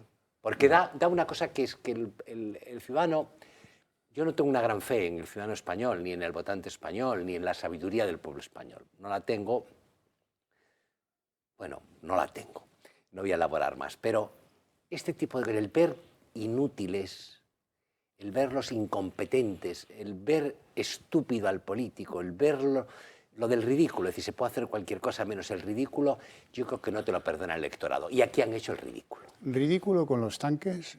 Porque los tanques que han llevado a reconstruir a Sevilla son tanques que estaban en la obsolescencia más total. Estaban desmontados y en cajas en Zaragoza. Y ahora hay que montarlos. Y como no son el Playmobil, si no se lo dan a montar a los ucranianos. Estamos fatal en los trenes, estamos fatal en los fondos europeos. Y todo esto conduce a agentes del mal que se callan la mentira y que le procuran cascar a 2 ciudadanos que están ya con 67 años esperando su retiro, o preservar lo que a ellos les conviene. Aquí, en la escena de dibujos animados, de que el tren no cabe en el túnel, ¿cómo no va a costar votos, Alfonso? ¿Cómo no va a costar votos? Iñaki. Sí, han tenido la mala suerte de que es muy gráfico, es como de TVO. Entonces, claro, igual de otra manera habría quedado más oculto, ¿no? Lo sabían desde 2021. O sea, que llevan... La pregunta que me hago es, ¿esto es por inoperancia, por estupidez? Si sabes que hay un problema por ti mismo, no lo arreglas. O era adrede. O sea, la pregunta que me hago es, yo es que todo lo que tiene que ver con obras en este país y con infraestructuras, siempre tengo la impresión, y sobre todo cuando ves obras interminables, es decir, que hay determinadas zonas y determinadas en este país que hay unas obras eternas. Entonces, y hacen algo y luego lo vuelven a deshacer para otras siguientes. ¿hay un cazo detrás de esto? La pregunta es si hay un cazo detrás de esto. Si la obligación que ahora van a tener de fabricar otros trenes, que creo que hasta 2026 no van a poder estar activos. O sea, si de esto alguien se va a beneficiar, es la pregunta. Porque me cuesta creer que alguien que tiene una responsabilidad decida no hacer nada. O sea, yo, pues vamos, por propia supervivencia, y luego, claro, por supuesto, estoy de acuerdo en que claro que tenía que haber dimitido la ministra Raquel Sánchez. Claro que sí. Claro que sí. Es la primera. Desde luego. Bueno, yo tengo que expresarles que mi admiración por el personaje, porque hay poca gente en La Mancha, la tierra del Quijote, que hable tan mal el español como Isabel Rodríguez. La de esta semana, y con el tono de distender, y para que ustedes se relajen, escuchen la de esta semana de la portavoz del Gobierno, elegida por su locuacidad. Pues igual estaría bien que de una vez por todas el principal partido de la oposición en materia de política internacional dejara de poner ruedas en el camino y apoyara al Gobierno en su acción de política exterior. Nada más que añadir. Una rueda en el camino, si lo hubiera sabido el del bolero, ¿eh? No era una piedra, era una rueda lo que había que echar al camino. Bueno, ya tiene historia, lo de ya es un clásico Isabel Rodríguez, con el insulto al español de la tierra, en fin, del Quijote, tremendo. El anterior, seguramente lo recuerdan, el de para ese viaje no hacen falta forjas. Bueno, en relación a todas esas declaraciones que usted ha relatado de dirigente del Partido Popular, el señor Feijóo, creo que se califican por sí solas. Y si esto era la moderación, pues para este viaje no hacía falta tanta forja. Tanta forja, ¿eh? Cuidado con la forja del héroe. Es importante. Es que mucho, no es que sea una forja, es que son muchas forjas. A ver, claro, y lo que deben pesar, sobre todo según lo largas que sean. A ver si no le caben por el gálibo del túnel de las forjas. Bueno, oye, hicimos a una célebre, no me acuerdo ahora ya del nombre, aquella que era la del candelabro, ¿te acuerdas? Sí, hombre. No me acuerdo Viviana, ¿no? ¿Fue Viviana? ¿Viviana? No me acuerdo ahora el nombre, pero aquella que era... Miriam Díaz subirse al candelabro. Aroca, ¿no? ¿Era? ¿No era Miriam Díaz Aroca? No. Mazagatos. No me acuerdo. Sofía Mazagatos. Sofía Mazagatos. Sí.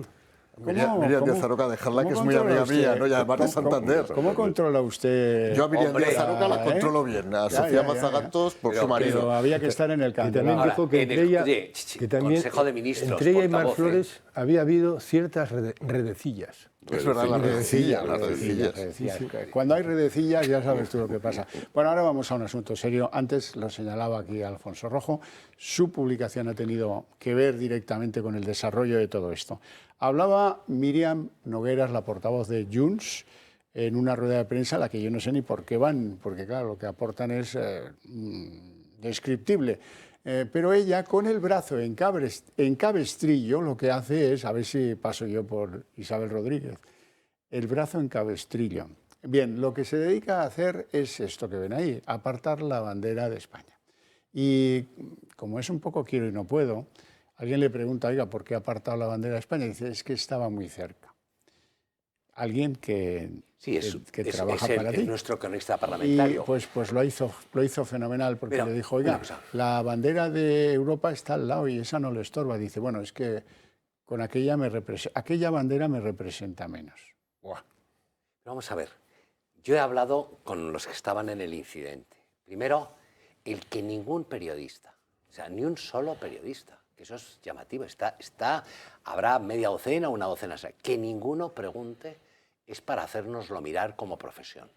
Que ninguno repregunte sobre el tema, oye, es un gesto y después lo hace a 3 meses de las elecciones o a 94, 96 días de las elecciones. Y tiene un sentido, es decir, lleva todo el año sin hacerlo, pero ahora ha entendido que tiene que hacer un gesto para significar, si lo han celebrado desde la Pilar Rahola, a toda esta banda, lo han celebrado con jolgorio. Pero a mí me llama la atención el que no haya habido la más mínima... El silencio primero clamoroso de la prensa es un in situ y después el silencio de las instituciones competentes. Es decir, ese Celis que es capaz de decirle a Vox que te quito la palabra porque te ha salido 1 milímetro, o la Meritxell Batet que, no sé, el que sea, porque alguien le ha dicho que usted... Aquí ni está ni se desespera. Pero ¿cómo, ni está ni se desespera. ¿cómo quieres tú? No, algo quiero. ¿Cómo quieres tú que este gobierno reaccione ante eso si eso se lo hacen en el Palau de la Generalitat al presidente del gobierno el día que se va con Aragonés allí, o es que no se acuerda nadie más que yo? Vamos a ver las imágenes. La bandera gay. Bueno, ha terminado de hablar Pedro Sánchez y ahora cogen la bandera de España y se la llevan porque no quieren que esté ahí, y ahí no reacciona nadie. Con lo cual, es verdad que han presentado un escrito a la mesa para ver si los 8.400 euros que levanta esta criatura, junto con un móvil de última generación y un ordenador bastante interesante, pues alguien debiera decirle que o renuncia a una cosa o a la otra, pero las dos en junto no se pueden llevar bien. Hemos preparado un trabajo para comentarles, si acaso, esta iniciativa. Fue Inés Arrimadas quien volvió a colocar la bandera en su lugar y quien advirtió de la importancia de respetar los símbolos oficiales. Aquí, para dar una rueda de prensa en el Congreso de los Diputados, tendría que ser obligatorio respetar y no despreciar de esa manera los símbolos oficiales. Aunque lo cierto es que este gesto de Nogueras es uno más de los muchos desplantes que ha hecho el independentismo a los símbolos nacionales. Un desprecio que ha desatado fuertes críticas dentro de la oposición. PP, Ciudadanos y Vox han llegado a pedir la apertura de un expediente y la imposición de sanciones. Pero no solo la oposición. Algunos miembros del gobierno también han afeado el gesto de la portavoz de JxCat. Bueno, yo creo que cada institución tiene que tener la capacidad de saber cómo se tiene que comportar respecto a su simbología. Gesto absolutamente inaceptable, que no comparto. La bandera de España representa a todos los españoles. En cualquier caso, este desprecio deja entrever que desde los sectores separatistas nunca les falta ocasión para faltarle el respeto a España. Y mientras tanto cobran dinero del Estado. Concretamente, Nogueras ingresa de las arcas nacionales unos 8.400 euros al mes y más de 117.000 euros brutos al año. Aunque al dinero, eso sí, la diputada no hace desprecios. Aunque por el momento Pedro Sánchez no se ha pronunciado sobre este acto llevado a cabo por sus socios del Ejecutivo. ¿Cómo se va a pronunciar? Si está otra cosa. Es que de verdad somos unos ingenuos, Iñaki.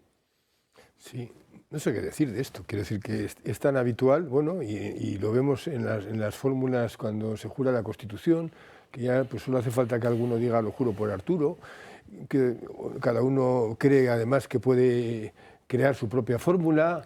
Lo hago por imposición legal o no sé qué. En fin, claro, las fórmulas, toda la simbología se debe respetar, y sobre todo además proveniendo, cuando quien no la respeta proviene y representa ideologías que son tan celosas con sus símbolos. Quiero decir que si hay algo que es excesivamente amante de toda la parafernalia de los símbolos y de la gestualidad ritual, son ellos, o sea, los nacionalistas. Entonces, claro, luego resulta que todos sus símbolos son estupendos, pero los tuyos, que además son los mínimos, o sea, no hay un abuso de simbología, ni mucho menos, pues tampoco. Entonces, bien, pues yo creo que habría que empezar, ya digo, por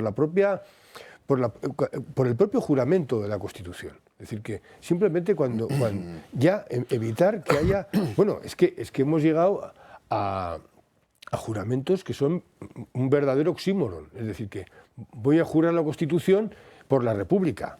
Entonces, bueno, claro, si ya ante eso te callas y Meritxell Batet le parece estupendo y nadie pone una pega, pues no, usted lo que está diciendo, lo que está jurando es que va a desafiar a este régimen. Y eso lo estamos aceptando como si fuera una fórmula legal. Voy a empezar por decir que además de mentirosa es una cobarde, y voy a explicar por qué. Porque la razón que utilizó o que justificó para decir que apartaba la bandera era porque estaba muy próxima y le molestaba. Si es verdad, la bandera que está más próxima a ti cuando empiezas a hablar es la europea. Es como si ahora abriéramos plano, me molestáis los tres y tú te quedas y echo a los otros dos. El que me molestas eres tú, que es el que está a mi lado. Eso es la primera, evidentemente, contradicción. En segundo lugar, más allá del sueldo que cobra, evidentemente, y todo lo que habéis dicho, cada vez que sube a tribuna, Míriam Nogueras tiene a los reyes católicos al lado, uno a cada lado. Va a tener un problema para apartarlos. Tiene el escudo de España encima de ella, va a tener un problema para apartarlos. A la derecha tiene un cuadro de Casado Lalisal que es el compromiso de Caspe. Seguramente no sabrá lo que es el compromiso de Caspe, pero Ni siquiera Caspe. Ni siquiera Caspe, pero deberían saber muchos catalanes para entender la historia de lo que fue Cataluña a través del compromiso de Caspe. A la izquierda, cuando habla, hay un retrato magnífico también de lo que eran los juramentos, de un juramento de los diputados en el oratorio San Felipe Neri. Miriam Nogueras, cuando ves arriba hay unos círculos donde aparecen las provincias que había en España en el año 1850, entre otras Filipinas y Cuba. Lo digo por si te molesta, pero es que es la realidad, ¿no? Eso no lo vas a poder apartar. Y como no vas a poder apartar eso, tampoco vas a poder apartar de ninguna manera la bandera española, que es la que nos representa a todos nosotros. Emilio. Tiene una falta de respeto ante todo, porque también cuando sube a la tribuna pues critica al rey, que ahí sí la Batet la ha llamado la atención más de una vez, critica todo lo que supone el Estado español, que para ella es opresor, etcétera, etcétera, critican la Constitución, critican absolutamente todo. Y yo creo que esto es un tema que había que plantearse seriamente todos los partidos constitucionalistas, si no llegar a la ilegalización de estos partidos anticonstitucionales, que quizás suena muy fuerte, pero sí desde luego a modificar la ley general electoral de cara a que tuvieran que tener una representación mínima en todo el territorio nacional para estar ahí sentados. Porque cuando se dice, no, porque si no, no estarían representados los partidos minoritarios, para eso está el Senado, que es la Cámara de Representación Territorial, que estén en el Senado, pero en el Congreso un mínimo de porcentaje, un 3%, el que sea, en todo el territorio nacional. No puede ser que el gobierno de la nación esté dependiendo del voto de esta gentuza. Bueno, yo tuve una bronca, un detalle simplemente un día con Miriam Nogueras en la Diputación Permanente, que por cierto me llamaron la atención a mí, y es porque dijo que el Tribunal de Cuentas era franquista, que había nacido en la época de Franco. El Tribunal de Cuentas tiene más de 500 años de historia y, por cierto, gracias al Tribunal de Cuentas apresó a un señor que robaba el dinero como recaudador de impuestos en Córdoba y en Puente Genil, que se llamaba Miguel de Cervantes, y gracias a eso lo apresaron, lo llevaron a Sevilla y empezó a escribir el Quijote. O sea, lo digo para que se entere que el Quijote debe ser catalán también o alguna cosa de este estilo, ¿no? Lo digo porque además es ignorante. Pero lo curioso, por esa contradicción que habláis, es que ese día cuando me pongo a gritar, bueno, entonces sí que me pongo muy vehemente porque estás diciendo que el Tribunal de Cuentas es franquista, me llaman al orden a mí. Es decir, es capaz una independentista de faltar al respeto a una institución que, por cierto, depende del Congreso de los Diputados, como es el Tribunal de Cuentas, según la Constitución. Y yo, por decir, estás faltando al respeto y encima eras una ignorante, como muy bien decía Emilio, nos llevamos las broncas nosotros. Sí, sí. Ya. Bueno, quiero convencer, y si no lo consigo hoy, no sé qué día lo voy a poder conseguir, a Alfonso Rojo, de que una cosa son la gente de bien y otros son los otros, que están en lo opuesto. Ahora les voy a hablar de Marlaska, Fernando Grande Marlaska, el ministro del Interior, que, bueno, cuando a alguien le desagrada, aunque sea un funcionario brillante, le retira la confianza y hace que otros le llamen para echarle a la calle, a pesar de que sea una persona de relumbrón en lo suyo. Lo suyo era nada más y nada menos que dirigir muy exitosamente la institución penitenciaria más peligrosa de España durante 15 años, en Algeciras. Vamos a verlo. Visiblemente emocionado y sin poder articular palabra, Francisco Márquez Salaverry, el director más longevo de la llamada cárcel de los narcos, ha recorrido el pasillo de aplausos y cariño que le ha dedicado su plantilla, después de que instituciones penitenciarias, organismo que depende de Grande Marlaska, le comunicara por teléfono su destitución el pasado 2 de febrero, alegando pérdida de confianza. Lo cierto es que Márquez ha dirigido una de las cárceles más complicadas del país, con 1.210 internos, entre los que se encuentran los cabecillas de bandas de narcotraficantes que operan en el campo de Gibraltar. El exdirector ha tenido que plantar cara a las amenazas de los narcos contra la plantilla, intentos de motines y una caótica situación sanitaria. Pero ahora es castigado por el ministro, que ha encontrado una cabeza de turco para callar las protestas de los funcionarios. Salaverry ha apoyado y cuidado de su plantilla en todo momento. También los ha defendido públicamente cuando 2 de ellos fueron amenazados por los narcos hasta el punto que les quemaron el coche. A mí, desde luego, no me van a amedrantar. Yo ya aprendí de pequeño que era mejor morir de pie que vivir de rodillas. Y yo no me voy a arrodillar ante esto mierda. Sin embargo, parece que la gota que colmó el vaso fueron unas declaraciones en las que criticaba el trato que el Ministerio del Interior ofrecía a su centro penitenciario. El cese ha provocado fuertes críticas dentro de Vox. Su portavoz en el Parlamento de Andalucía, Manuel Gavira, ha asegurado que el cese es una prueba más de la inquina que gasta el gobierno de Sánchez contra los que le hacen frente. Incluso los sindicatos han mostrado su apoyo unánime a Márquez y han resaltado el hartazgo de que la Secretaría General busque cabezas de turco para esconder su ineptitud e ineficacia. No es la primera vez que pasa. Recuerden al coronel de la Guardia Civil en Melilla, que defendía más medios para que sus agentes... Y además lo que quería Marlaska en aquel caso es: deme usted 2 nombres de 2 guardias civiles a los que sancionar por lo que pasó en la valla de Melilla. Y este hombre dijo: ni hablar, se ha actuado correctamente. Eso es lo que dice también usted, señor ministro, así es que denos más medios para hacerlo mejor y no correr tanto riesgo en nuestras vidas. Pérdida de confianza y al carrer, como dicen los catalanes, al carrer. Lo mismo le pasó al coronel Diego Pérez de los Cobos, que quiso cumplir la ley, al carrer. Aquí, ¿eso es maldad o no, Rojo? A ver. Y otra cosa, es decir, el caso de Marlaska es llamativo, porque es cierto, a poco que eches la vista atrás, era probablemente de los que elegidos para formar parte del Consejo de Ministros el que concitaba, el que concentraba más parabienes, más alabanzas y mayor valoración. Ahí también te equivocaste. Ahí también te equivocaste. Bueno, pero es que al final hay un proceso de transformación, dices, es Cévic, es decir, el hombre camaleón. Yo no sé, el hombre camaleón, algo tiene que tener el botón ese que pides el zumo en el ministerio, que los vuelve locos, de verdad. Bueno, yo tenía botón y entré loco y salí loco, seguramente, ¿no? Pero bueno, cuando era secretario, es un tío raro yo en estas cosas del poder y siempre he tenido los pies en el suelo, ¿no? Es la expresión máxima del maqueto político, es decir, es un tipo que, viniendo aparentemente del espectro de la derecha, como yo trabajó y colaboró cuando él era consejero del Consejo General del Poder Judicial, era vocal en el ámbito de la Secretaría de Estado de Servicios Sociales, él tenía mucha relación y conocimiento del tema de lo que era la aprehensión de productos vinculados al tráfico de drogas y trabajaba muy bien, incluso yo lo tenía por amigo, ¿no? ¿Qué pasa? Que cuando alguien vira políticamente y se integra en una organización, acaba intentando ser el más radical. Eso le pasaba con mucha gente que llegaba a Cataluña o llegaba al País Vasco y se hacían los más nacionalistas de todos. Oye, eres lo que eres. Y te añado uno más, no era solamente Marlaska, había otra persona que también entró con una vitola de gran prestigio profesional que se llama Escrivá y se ha convertido también, de verdad, a un desprecio y un desprestigio profesional y político como pocos. Yo, fíjate, a Marlaska le conocí a finales de los 80, los dos teníamos 20 y tantos años, somos de la edad.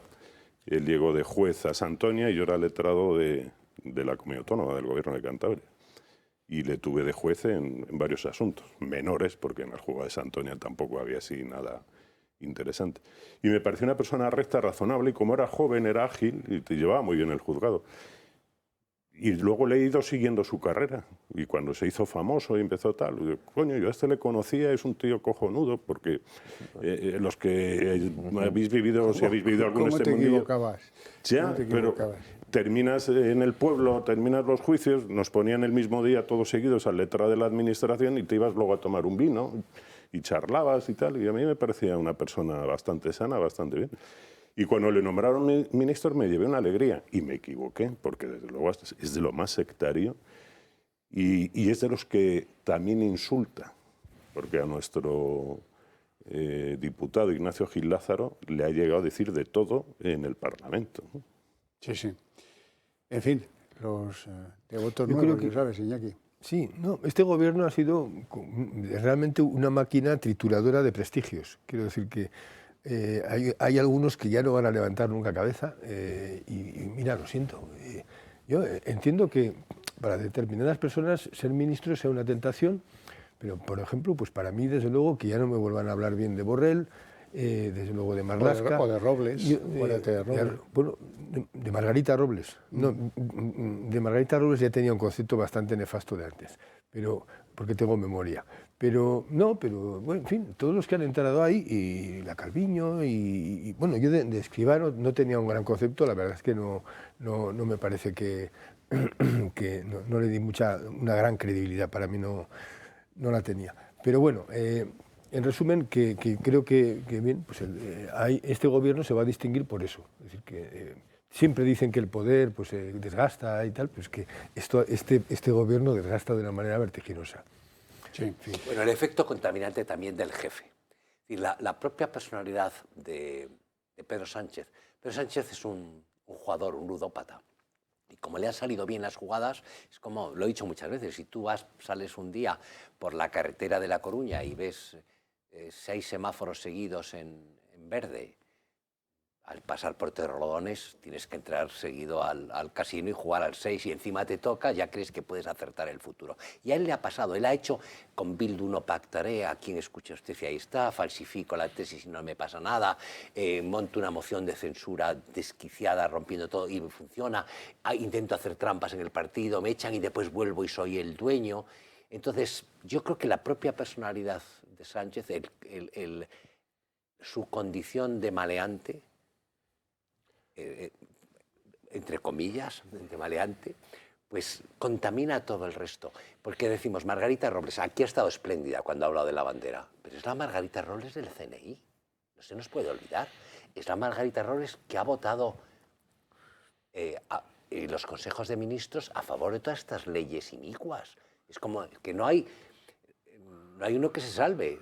Ya ve, si encuentro 100 hombres justos. Bueno, encuentra 10, es que no encuentro ninguno. Pues venga, tú decías de Gomorra y de Sodoma, pues el fuego al infierno. A ver si el 28 les cae a estos un bombardeo, hombre. Bueno, termina hoy el programa don Mario Garcés, al que quiero preguntar qué hay detrás de que en la misma semana Alberto Núñez Feijóo reciba el más caluroso de los apoyos de José María Aznar, también al giro ese con respecto del aborto, y se vaya a comer a un sitio caro con Casado. Digo un sitio caro porque a pesar de que se llama Taberna del Alabardero, ahí lo único que no es apropiado son los precios de la tal taberna. Bueno, es verdad, y en honor al cura Lezama, que los debería bajar un poco. Bueno, en primer lugar, hay un reagrupamiento lógico en torno a la figura del Partido Popular, a la figura del presidente del Partido Popular. Dar una imagen de unidad es una imagen que creo que es positiva a todos los efectos. Esa foto no se consiguió, la foto que estamos viendo de los dos expresidentes con Feijóo no se consiguió con Pablo Casado, con lo cual eso creo que es una buena noticia. Hay quien dirá, a mí no me gusta Rajoy, a mí no me gusta Aznar, esto resta. Bueno, al final la foto es buena porque de alguna manera reagrupa sensibilidades. Y creo sinceramente, y lo dije, yo estuve en Valencia, yo formé parte de ese proyecto de Pablo Casado y también del final, como todo el mundo sabe. Ya se lo reprochará a Sánchez ahora que usted lo cuenta. Ya me mira, cada vez que dice algo de la traición me mira también. Yo cuando no tengo nada que ver con la traición, porque mi historia es muy curiosa, muy particular y algún día la escribiré, para que no la escriba Graciano Palomo nuevamente, la escribiré yo y así diremos la verdad de lo que ocurrió. Entonces, a partir de ahí, lo que sí digo es que me parece muy bien que coma con Pablo Casado y que Pablo Casado debió ser nombrado en algún momento en la Convención de Valencia. Creo que ese silencio no es positivo. Pablo Casado estuvo 3 años como presidente del partido, cometió múltiples errores, pero ha sido presidente del Partido Popular. Rojo.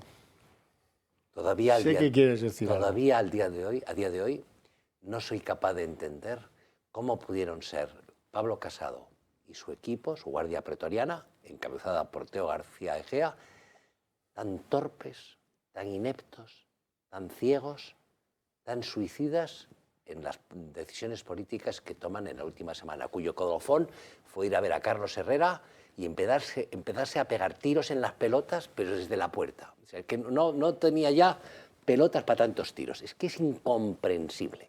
Es incomprensible. Yo tengo que confesarte que una semana antes del naufragio estuve con el número 2 y con su guardia de corps y dije, hombre, si tú vas a ser vicepresidente, le dije a Teo García Egea, como te lo estoy diciendo a ti, si tú vas a ser presidente de España en breve, ¿por qué no subes el listón y compites con Sánchez? ¿Cómo vas a estar peleándote ahí con Miguel Ángel Rodríguez? Que además, que estos son muy malos, que estos te van a dar hasta en el carnet de identidad. Yo soy el secretario general y a mí no me tose ni Dios. Pues vaya que sí le han tosido. Iñaki, ¿algún comentario al reencuentro familiar del PP? Bueno, yo me alegré mucho cuando cayó Casado y su compi, y el García Egea, porque realmente daban siempre la impresión de lo que eran, siempre muy tacticistas, De repente, además, no con un criterio propio, siempre se veía, ahora juego un poco a distanciarme, siempre la referencia era Vox, o me acerco a Vox o me alejo de Vox, y esto se notaba, eso se nota. La gente cuando es táctica, cuando está pendiente de su imagen, pues se nota. Y ahora, claro, la pregunta que me hago es si después la sustitución, pues para mí no ha satisfecho Pues no hay color, grandes expectativas. En fin, yo, no hay color, madre mía. No, hombre, a ver, me parece como político sin duda mucho más fiable y mucho más sólido, sobre todo sólido. Ahora, metido en ese perfil bajo en el que anda y bueno, quizá hay una diferencia, y es que su perfil bajo, plano, es por convicción. Quizá esa sea la diferencia. O como contestaba uno que fue presidente del gobierno, o no, quién sabe. No tenemos tiempo para más, lo dejamos aquí. Feliz noche de sábado en lo que queda, buen fin de semana y les espero el próximo sábado.